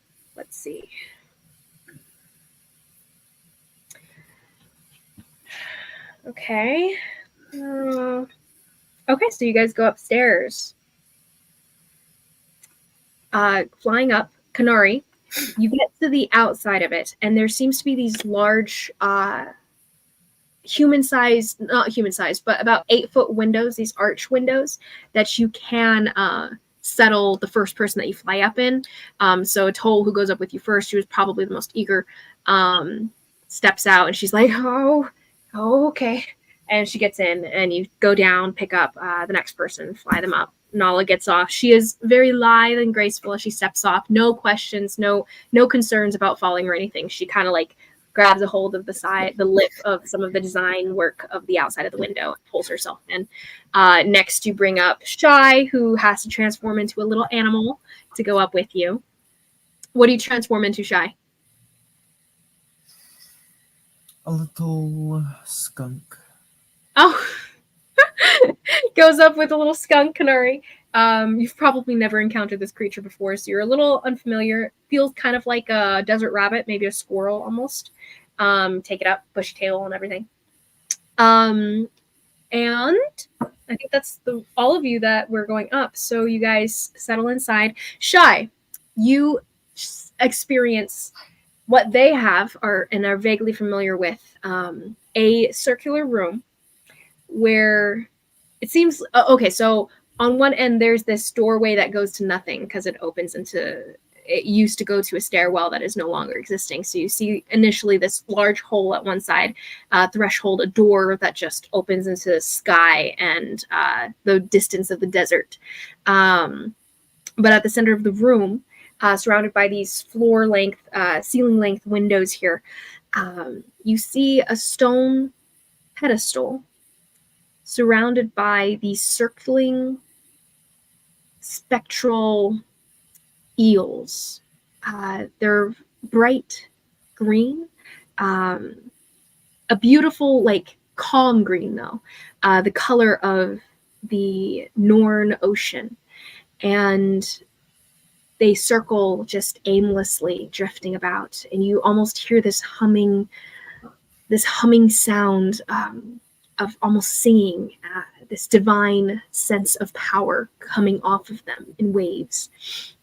And you get this idea that they are creating this barrier. They are creating a border that will not be broken as long as the guardians are protecting it. The Coatl circle and don't acknowledge you guys until you guys step foot onto the ground, to where you see their small eel bead-like eyes center on all of you. But they continue circling, acknowledging your presence by noticing it. I'll wave at them. They don't wave back. It's almost like, okay, what do we do? I don't know. So wait, so what are they protecting? This pedestal has what looks to be a bowl on top of it. Some sort of glowing haze of mist on the inside. This liquid. So you guys want that bowl? Shy, just stay put. This is a toll thing, okay? They want to talk to you, so just tell them they asked you to come back. Just kind of give her a little shove forward. Oh, okay. But I appreciate the enthusiasm, Shy. That's what Harley would say, I think. I don't know. Hello. I'm back. I was told to return, and I did. So here I am. They don't seem to acknowledge her. She takes a couple steps forward, looks back at you guys a little unsure, shoulders up a little bit, steps forward further, and she gets close enough to the circle that she can touch them. And they're just kind of circling around. And she goes, "Don't kill me." She steps forward and rushes into their barrier here. And the first acknowledgement of them in a physical movement sense of you guys, of her, is them shifting out of her way and swimming around her. So one circles towards you guys around her, like pulling her in almost, and she's like stumbles forward a little bit. Oh, that's awkward. You feel weird. Okay. I'm okay. And they almost push her in. They close in a little bit, circling tighter around the pedestal here. And she has to like stumble, keep her footing here, getting closer to the pedestal at the center, until finally she's standing right in front of the bowl that is eye level with her. She's not the tallest. This pedestal itself comes up to about her chest, and the bowl rises up to right at her eyes almost. And she goes, I don't really know what I'm supposed to do here. And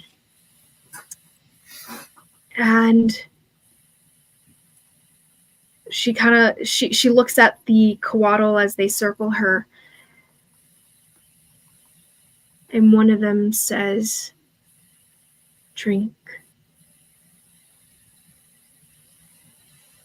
She looks back at you guys. She's like, Kenara be like, you can do this. I mean, we'll help you. You got this. So she drinks. Oh boy. She takes the bowl, lifts it up. It's a larger bowl. It's more like the size of a hand washing pitcher and bowl, like in one of your guys' Kellen rooms that you guys had stayed in at the estate before. But she levels it towards herself, and this mist-like liquid, this glowing silver mist, seeps into her. She breathes it in more so than drinks it. And her eyes go white. What you guys don't see, what she sees, but she will relay to you after. So I will describe to you as well. Etoll opens her eyes on an argument. The greatest argument Mesona has known, actually. She opens her eyes onto a great old temple, a beautiful temple that used to rest here, with a tower that rose high into the sky, even higher than this original tower, the decrepit tower that it once was, even rose.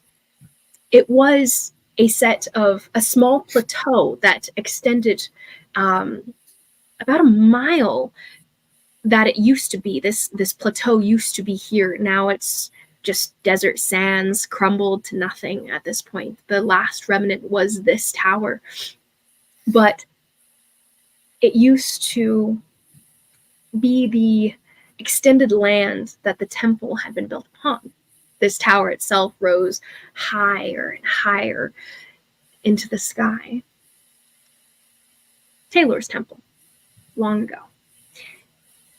This argument that she opens her eyes to is out in the gardens, where multiple pools of water rose up in this magical waterfall that rose from the ground where the water was sourced, rose up the sides of the plateau itself and filled pools upon the temple, where the people would visit and bathe in Taylor's pools.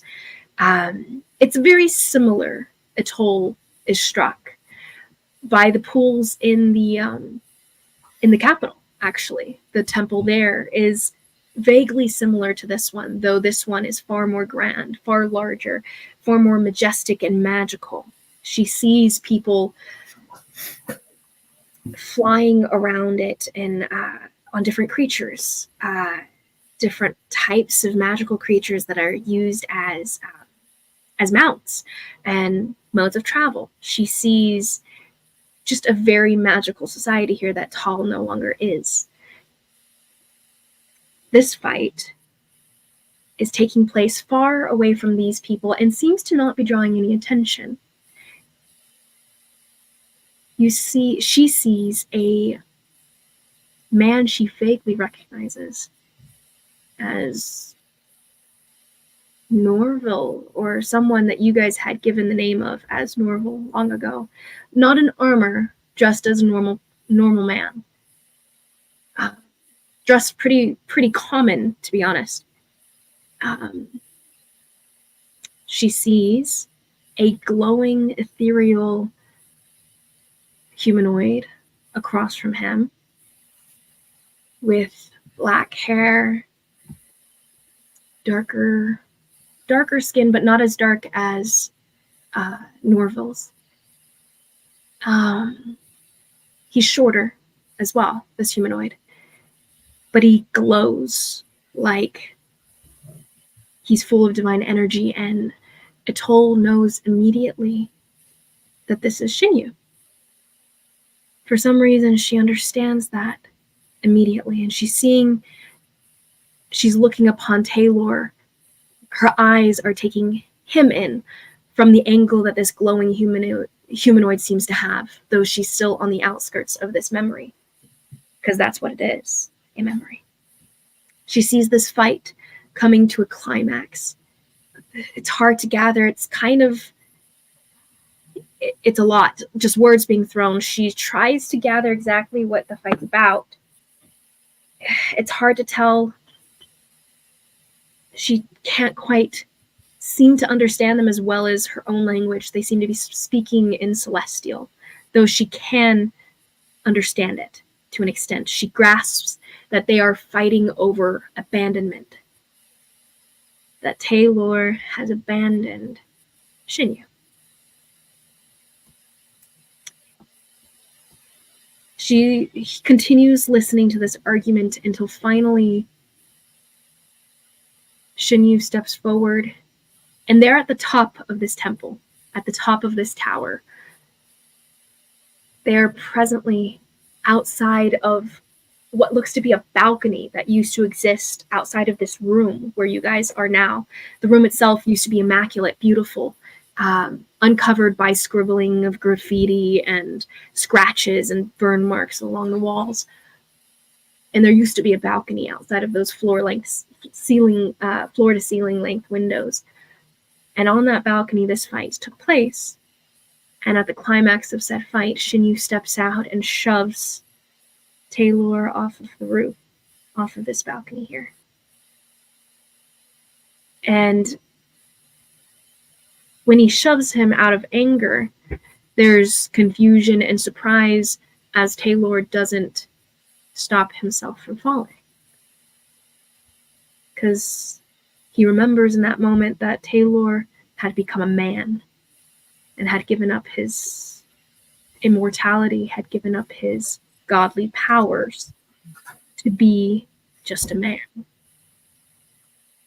And when he looks over the edge of the balcony, he sees an unmoving body of a mortal broken at the bottom. And then everything blurs for Atoll. She sees frantic despair, guilt, denial, as the memory is removed and locked away at the scene of the crime, hidden from and entirely denied. It didn't happen. Taylor's not dead. I didn't kill him. He left me. He abandoned this world. He abandoned me. He abandoned all of us. He doesn't care about me. I'll make him care. I'll show him. He hates when I mess with the people, with the mortals. He loves them. He loves them so much. He loves these people of the desert. He feels a certain guilt, a certain obligation to them. Of course, he's going to have to save them from themselves. A little lie here, a little encouragement there. They'll make themselves such an abomination to him, he won't be able to help but come and fix it. He'll have to come back. He'll have to return. Of course he will. And those memories tucked away, locked away, denied, as the body of what once may have been a god decomposes, hidden, forgotten. And Gezudo Springs destroyed in the anger of a god in denial who destroys that temple, destroys a major memory of it, to be honest, and locks it away until it's barely even a remnant of what it once was. And Atoll opens her eyes, and there's like tears streaming down her face of the pain and the agony that a brother has when he loses a brother. And she does relay this to you guys. That's all she really gains from this bowl of knowledge, this bowl of memory, hidden away, locked away, forgotten, denied. And the scribblings suddenly make sense to her. They're the scribblings of an angry god.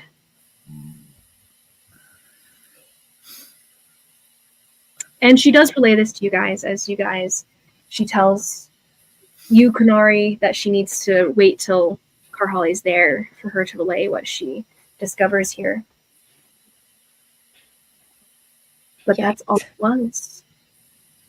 The memories of an angry, desperate god in denial.